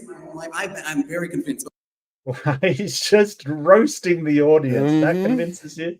Yeah, your book says so. Yeah, interesting. That's evidence to you. Okay. Yes. Wonder what other books I have around here that say things. This guy was probably raised a Christian. It's called indoctrination. And I'm not using that as a pejorative. It's just indoctrination is the teaching of doctrine to young people as fact. And they have to believe it. That's what it is. They have been indoctrinated. And I'm not saying that that's necessarily a bad thing, but they impart their doctrine as doctrine. Like, let's not be shy about this. Let's not be coy about this. The reason why most people believe is because they were raised to believe. But I used to be an atheist. But I used to be a inner circle atheist. I used to be the atheist that ever atheists. It was the greatest hoax of all of human history. Or at least a hoax. No one's saying it's a hoax. Like there's other explanations, sure. But my question to you is, where's your evidence that where are the people who did speak out? Maybe the disciples didn't, but give us some facts. Like Mike gave us a whole bunch of people that weren't Christians who said that they believed that the resurrection happened. No, he did not. No, he did not. And this is the conflation that Mike did. He said, oh, well, Josephus said that no, he didn't say that the resurrection happened. He said there was a bunch of people called Christians that believed that this person resurrected. He never said, like, It's so damn stupid, too, because if he did believe in the resurrection, he'd be a Christian, no longer a Jew. Yeah, there's that, Details. Yeah. But I'm just pointing out how Mike Licona's message and conflation gets translated to someone who is primed for that, right? Who is primed to go, oh, well, that's really good evidence. People who weren't Christians said, no. As Dan pointed out, these people who weren't Christians didn't say that he rose from the dead. They said people claimed he rose from the dead. It's fourth, fifth-hand testimony. Sorry, I wonder, it seems like a natural selection kind of thing. We point out that Mike's arguments are really, really bad, and yet here's a bunch of people in the audience who just swallowed them hook, line, and sinker as if they were really, really good. So, really, the apologist arguments are only as good as they need to be, because that's as far as natural selection will push something. They're bad arguments because the people who believe them are kind of dumb. Well, I avoid saying dumb. I think they lack critical thinking sort of skills, like in that critical thinking, like when you hear somebody say something like this, to break it down into what are they actually saying, not what they're alluding to, not what they're suggesting, but what is the actual argument being made. And I think that's the problem. He has heard Mike Licona saying, hey, well, Josephus said there was Christians, and that's confirmation that there was a resurrection, and he's heard it as there were non-Christians who believed in the resurrection, because he isn't actually thinking critically about what Mike is saying. And don't get me wrong, Licona's contributing a whole lot to that purposefully. Like, he is contributing a whole lot to that, but he's not listening to Dan when he says, hey, that's not confirmation that there was a resurrection. That's only confirmation that people knew about Christians. No one's arguing that there weren't Christians in the world. Okay, I'll rephrase. The arguments are only as good as they need to be because they're counting on the believer's bias doing so much heavy lifting. Yeah, absolutely. Yeah. No, I get you. Mm-hmm. Are the Christians or the people, this outside critics who spoke out against the resurrection? Mike gave us your credible historical evidence. Mike gave us no evidence of any first century doubter or critic who questioned or mentioned or even pro or con outside of the testimony of the followers in the New Testament. All he gave us was things from 2nd century and later. And so, and even if we allow for a little bit of Josephus in the year 95, that's really late. So I would say the absence of evidence is evidence of absence, because if something truly doesn't exist, the only evidence you would have for non-existence would be a lack of evidence for its existence. So I give to you the lack of evidence of corroborative testimony within the 1st century as my argument. I mean, if there were something, you would have used it, right? You'd be trumpeting it. You'd be saying, look. And if there was something against it, you think the early church would preserve it? Like if there was something saying, hey, there was a claim by Christians, some writing that said, hey, there was a claim by Christians that there was Jesus, and we know that's false. Do you think the early church would have preserved that in their records? Well, the church did do some dumb things. Now, I'm going to go back to Jewish tradition for this example, because it's a thing that recently came up on Aaron's Blasphemous Bible. There's a chapter in Deuteronomy where Moses passes along word from Yahweh that the children of Midian, the Midianites or whatever, the patriarch was a dick to the Israelites as they wandered around the desert, and so they should erase that dude from their history. They should never speak his name again. Let him be stricken from all human consciousness and be forgotten. And don't forget to never repeat his name, which they write down in the book, and it says, don't forget to do this. Yeah. I'm like, good job, excellent work. You've now Streisand effect. Yeah, you have permanently inscribed this name into history.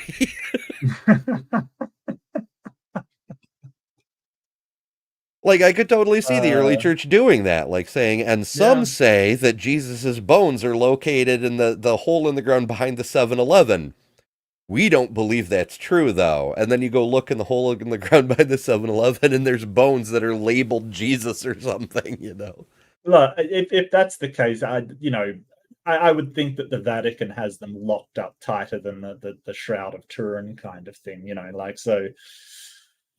I'm just sort of putting out there that I don't think the church.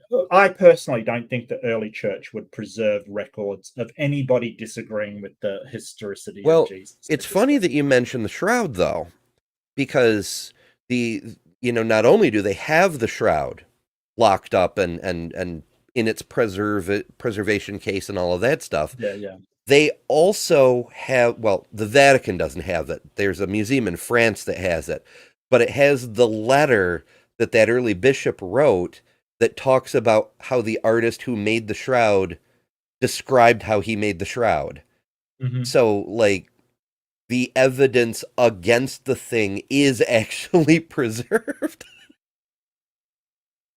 Why does that not surprise me? Oh, dear. Mm-hmm.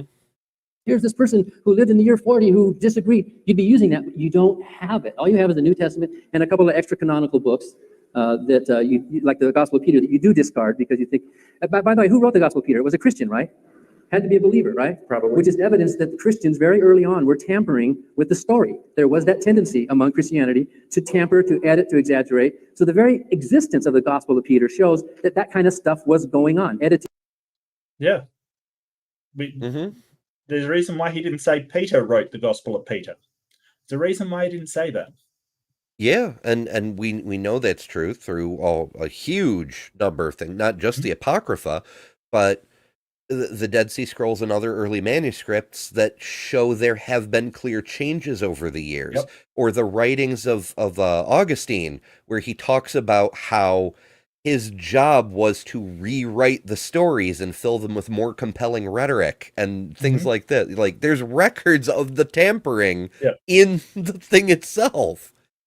And the crazy thing is that we have earlier manuscripts from the Dead Sea Scrolls with I believe it's the long ending of Mark, right? So the long ending didn't originally exist, which includes all of the stuff like handling snakes and being immune to poison and talking in tongues, right?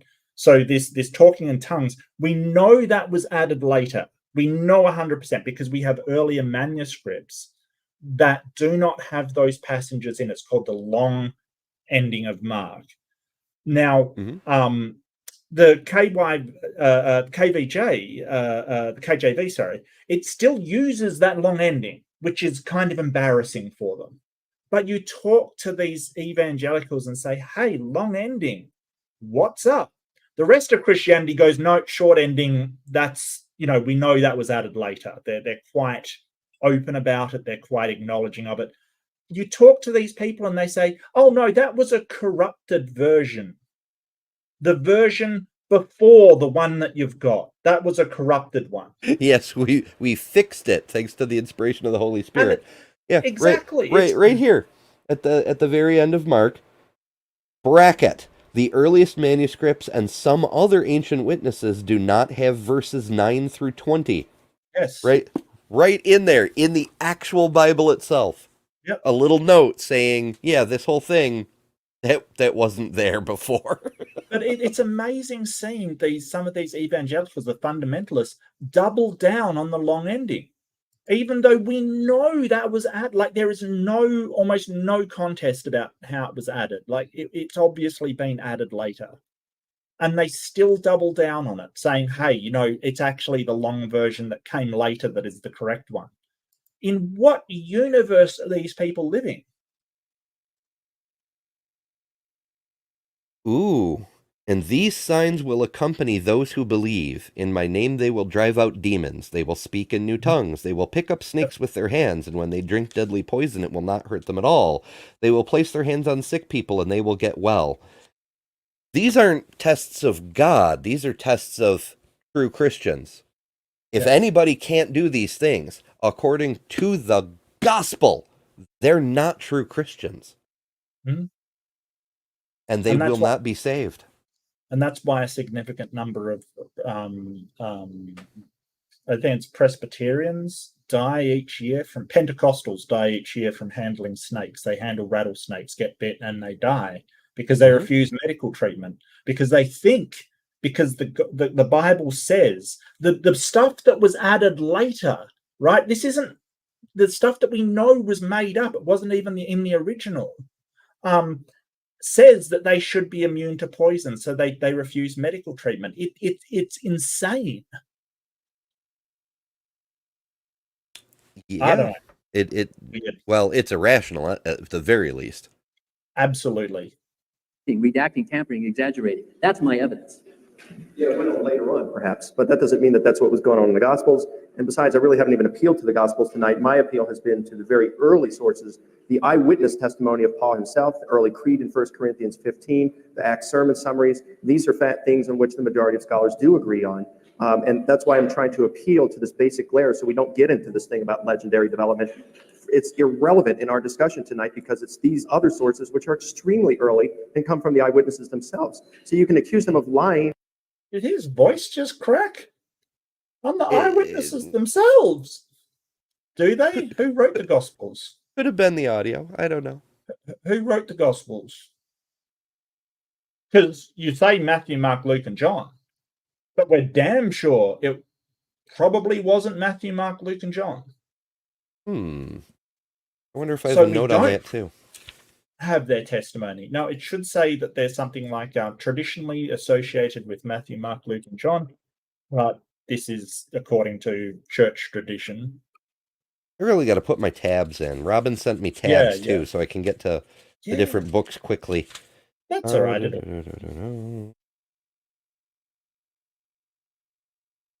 I know some of them have that prescript, prologue, something like that. I'm not seeing one in this one though. Yeah.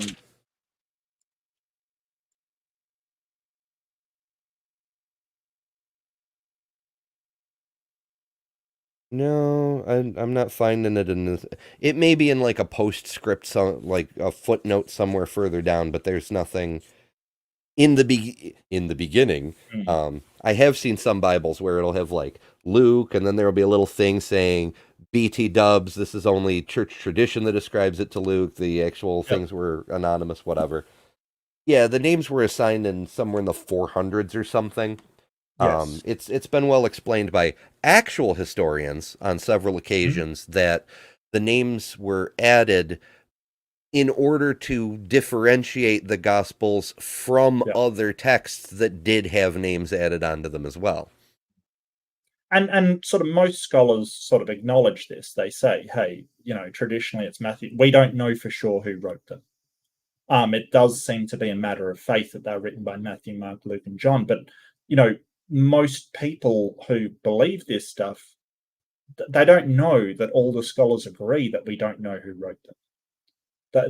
They're unaware of this. They'll say, "Oh, it was definitely Matthew." Like all the scholars agree it was Matthew, Mark, Luke, and John. No, they don't. In fact, all the scholars agree that it was written anonymously, or the scribes may have been called Matthew, Mark, Luke, and John, but we don't know exactly who the scribes were. Yeah, and the fact it says so in several Bibles, it just goes to show that those believers either haven't read their Bible or they haven't read anything but their preferred Bible.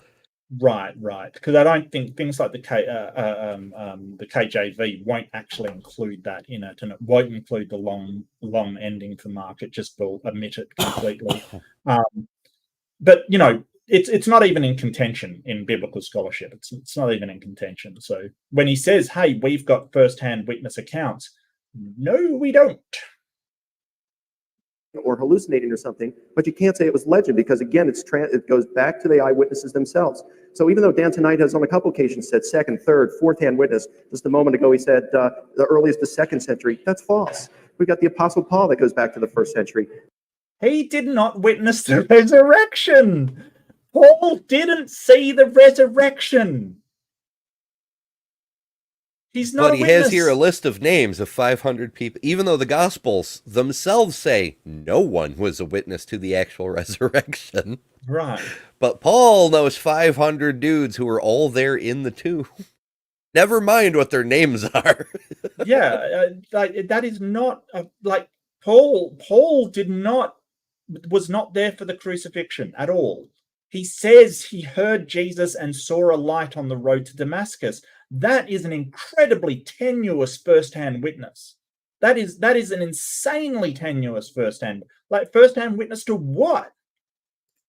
A light? And this is the conflation that he's doing. He's kind of saying, oh, well, Paul was a witness, but he wasn't at the crucifixion. He never saw Jesus after the resurrection. He wasn't there. He came along later, had some sort of experience, and tried to convince them, the church at Galilee, that he was part of the inner circle that had seen Jesus be resurrected. Maybe they were fooled. I'm not. Said he saw Jesus. We got the creed that's dated within 5 years of the crucifixion. We've got the sermon summaries that scholars normally date within 15 to 20 years of the crucifixion. These are very early. But they're in the New Testament. That was my point. Certainly. They are New Testament documents. Yeah. There's nothing outside the New Testament. Well, I mentioned a couple. You've got Josephus. Josephus never said that Jesus resurrected. This guy is terrible. I'm sorry, I can't stand much more of this, Amber. I do apologize, mate. This is terrible. It's all good. It is really bad. No. There was no first-hand witness accounts outside the New Testament. Oh, what about Josephus? What?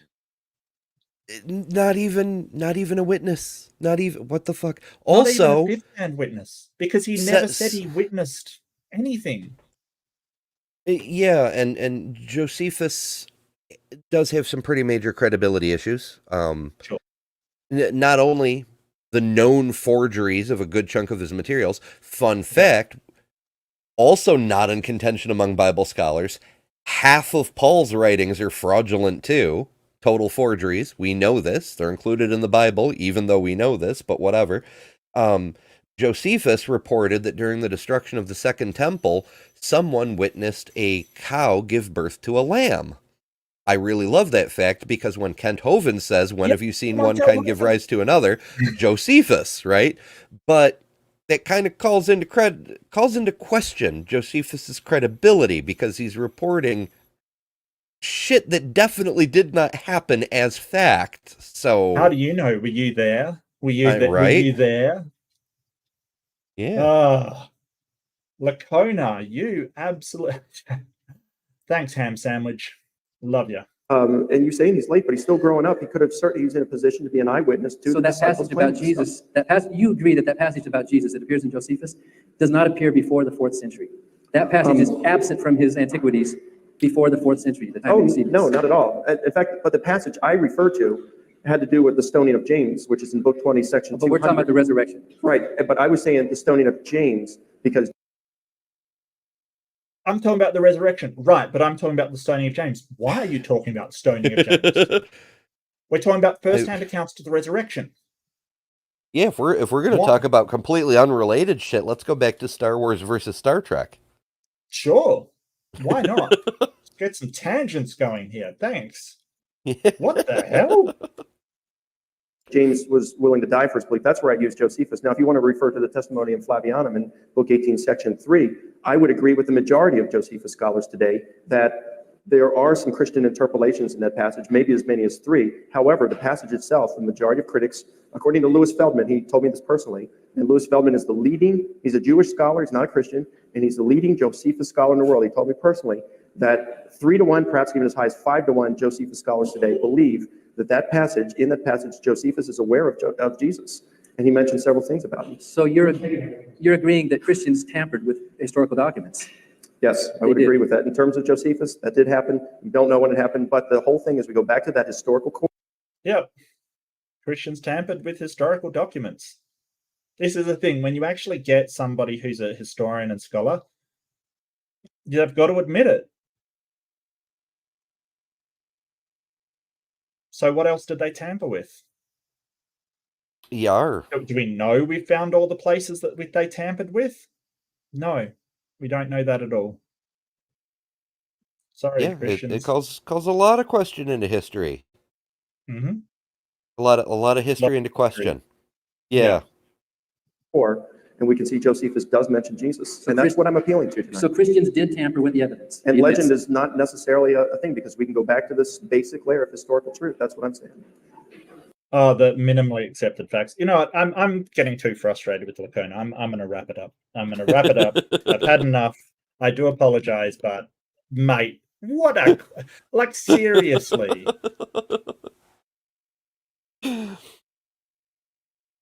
Oh, it's like, oh, but no one witnessed the person running from the gas station. Oh, but this person heard an account that he did. Yeah, I mean, we didn't find the robber in the gas station, so you know, he must have ascended to heaven or something. Yeah, but what the fuck a person came out afterwards and said the gas station had been robbed. Isn't that a witness? It's the empty gas station. The empty It's gas empty. station itself serves as witness. Which What gas do you think? station? Never you mind. Never you mind. The women outside the gas. I mean, the woman out. I mean, Mary. I mean, the apostle. The gas station that was both on the side of a mountain in Galilee and in a room near Jerusalem. Mm-hmm. It's That the gas Omni gas station. It was Yes. the Sunoco. They covered the earth, you know. It was the Titan Uranus of gas stations, who I'm amazed has not been here, and I probably will summon him right at the end. Titan's been busy lately. I haven't seen him around. In fact, the other day, yesterday, I don't know. It all runs together on me. He ended up sending me a message about stuff that happened in my live chat after the fact because he had to watch the stream later. So I don't know. Maybe there's too many things going on in Titan. He just can't keep up. But yeah, he's been busy, I guess.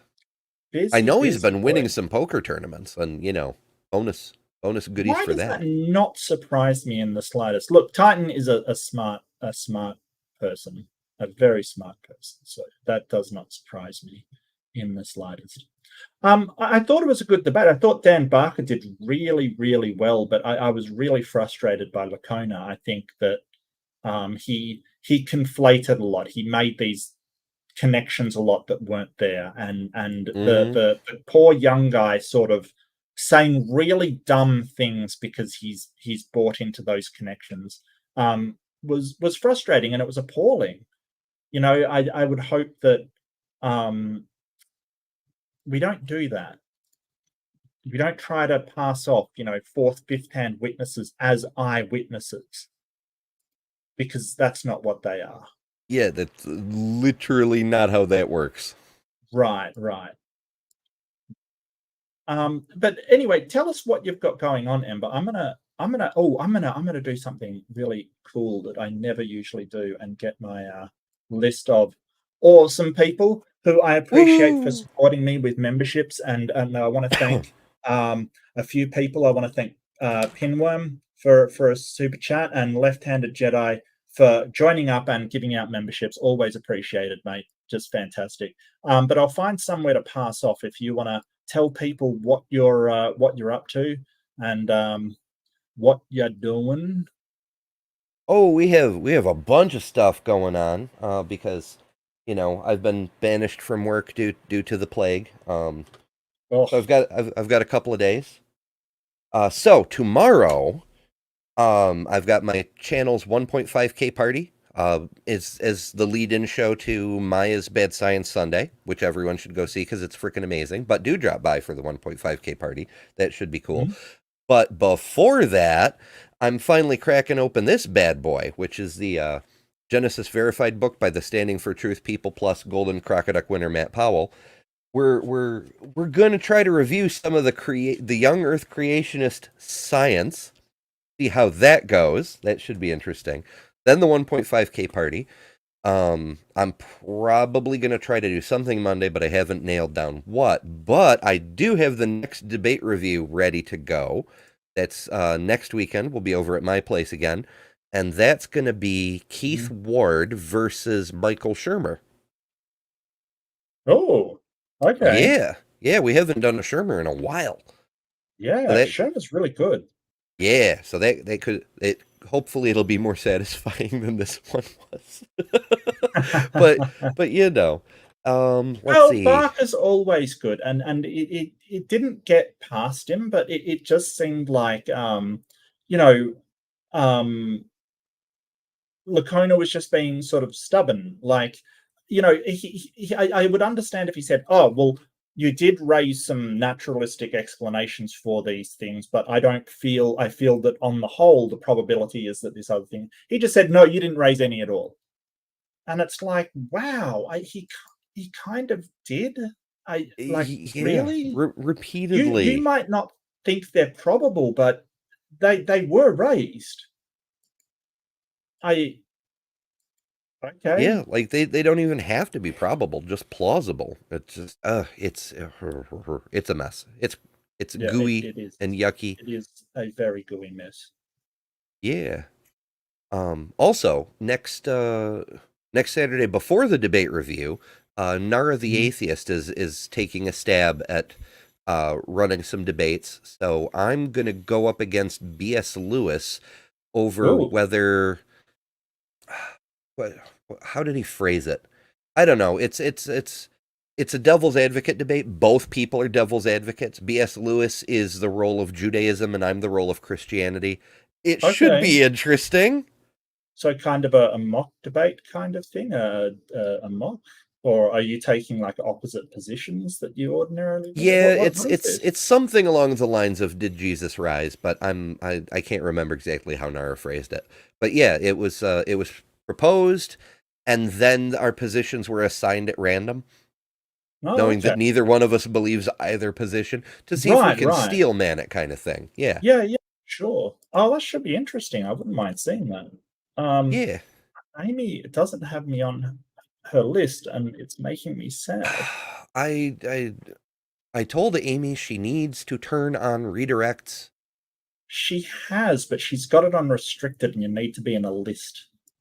Then Oh, I'll probably redirect you to the Aftershock Matters now. I'd prefer to do Amy because she's another of the atheist people, but I will redirect towards Matters now just because those guys are doing good work over there. So, but I would prefer Amy, to be honest with you. It makes me sad. Makes me a lot yeah. I sad. mean, we can still manually go to Amy's. Yeah, sure. I mean, nobody's locking you into anything, and I'd be the last to do that. If But one thank prefers. If one prefers, one can go to Amy's. Oh, I'll get the thing. What's it? Her stream is also called "Please Vote Against the Orange Arsehole," which I really like. So, you know, Yeah. Yep. why won't that go in there? I Oh, know. yeah, I it's didn't even realize constantly Amy wrong was with it. on tonight. Yeah, yeah, I've got the link. I've got the link left, and Jedi. No worries at all. I'm right. I'm ahead of you. Bigfoot Jesus provides You beat me by a always. femtosecond. You can thank Bigfoot Jesus provides. All right, people. Well, thank you so much. It's been a lot of fun. Really interesting debate. There's the part 2. We'll do another one next week over on the lovely Embers channel. So get ready for that. And we will be analyzing, critiquing, and hopefully there'll be more of a less frustrating theist who's sort of less obstinate, and hopefully it'll be a better discussion. But this has been a blast. Anything else to add, Ember? Oh, tomorrow I'm going to be on Matters Now as a special guest. I am aware that there's your celebration. Hopefully you'll be going longer so I can drop in afterwards. I didn't know it was your celebration. I agreed to this like weeks ago. So, but that's okay. I will certainly come by afterwards. And yeah, it should be fun. I look forward to celebrating the big, what is it? 1,500, I think. Yep, 1.5. Yeah. Yeah, yeah. Unfortunately, this Milestone. one is a hard cutoff because of Maya's show. But Okay. Maya's shows are also a good place for a party. Yeah, that's true. That is true. Mhm. Well, wherever the party's at, I'll be there. Yeah, Hell yeah. I know. She said she was putting me on the list, but I'm not on the list. I'm not on the list. I need to be on the list. I know. Oh. I'll harass her about it. No, don't. She already knows by now. I mean, I'm not missing out. No, it still says maybe I'll refresh my page. Oh, apparently this is purple's not on the list either. what? Yeah, Purple is also telling Amy that can Purple do redirects? I don't know. I don't know. Purple's got a big enough channel, right? She's monetized. Right? Yeah. Oh, Victoria already beat me to it. Hey, Amy, put Mark Reed on your allowed redirect list. Yep, Yeah, yep, yep. it's something new that we're playing with, so I apologize, everybody. It's just I really want to get this passing off stuff all set up and working. So I'll give it one last try. I'll refresh it and go back into it and go. It doesn't look like it. Not gonna lie. Nope. All right. Something's broken. Something's not working. I don't. Anyway, I'll pass to matters now because they're actually technical coming up. difficulties. Yeah, apologize. So, yep.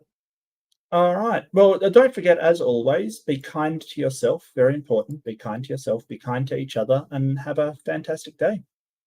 See ya. Night, folks. Like and subscribe.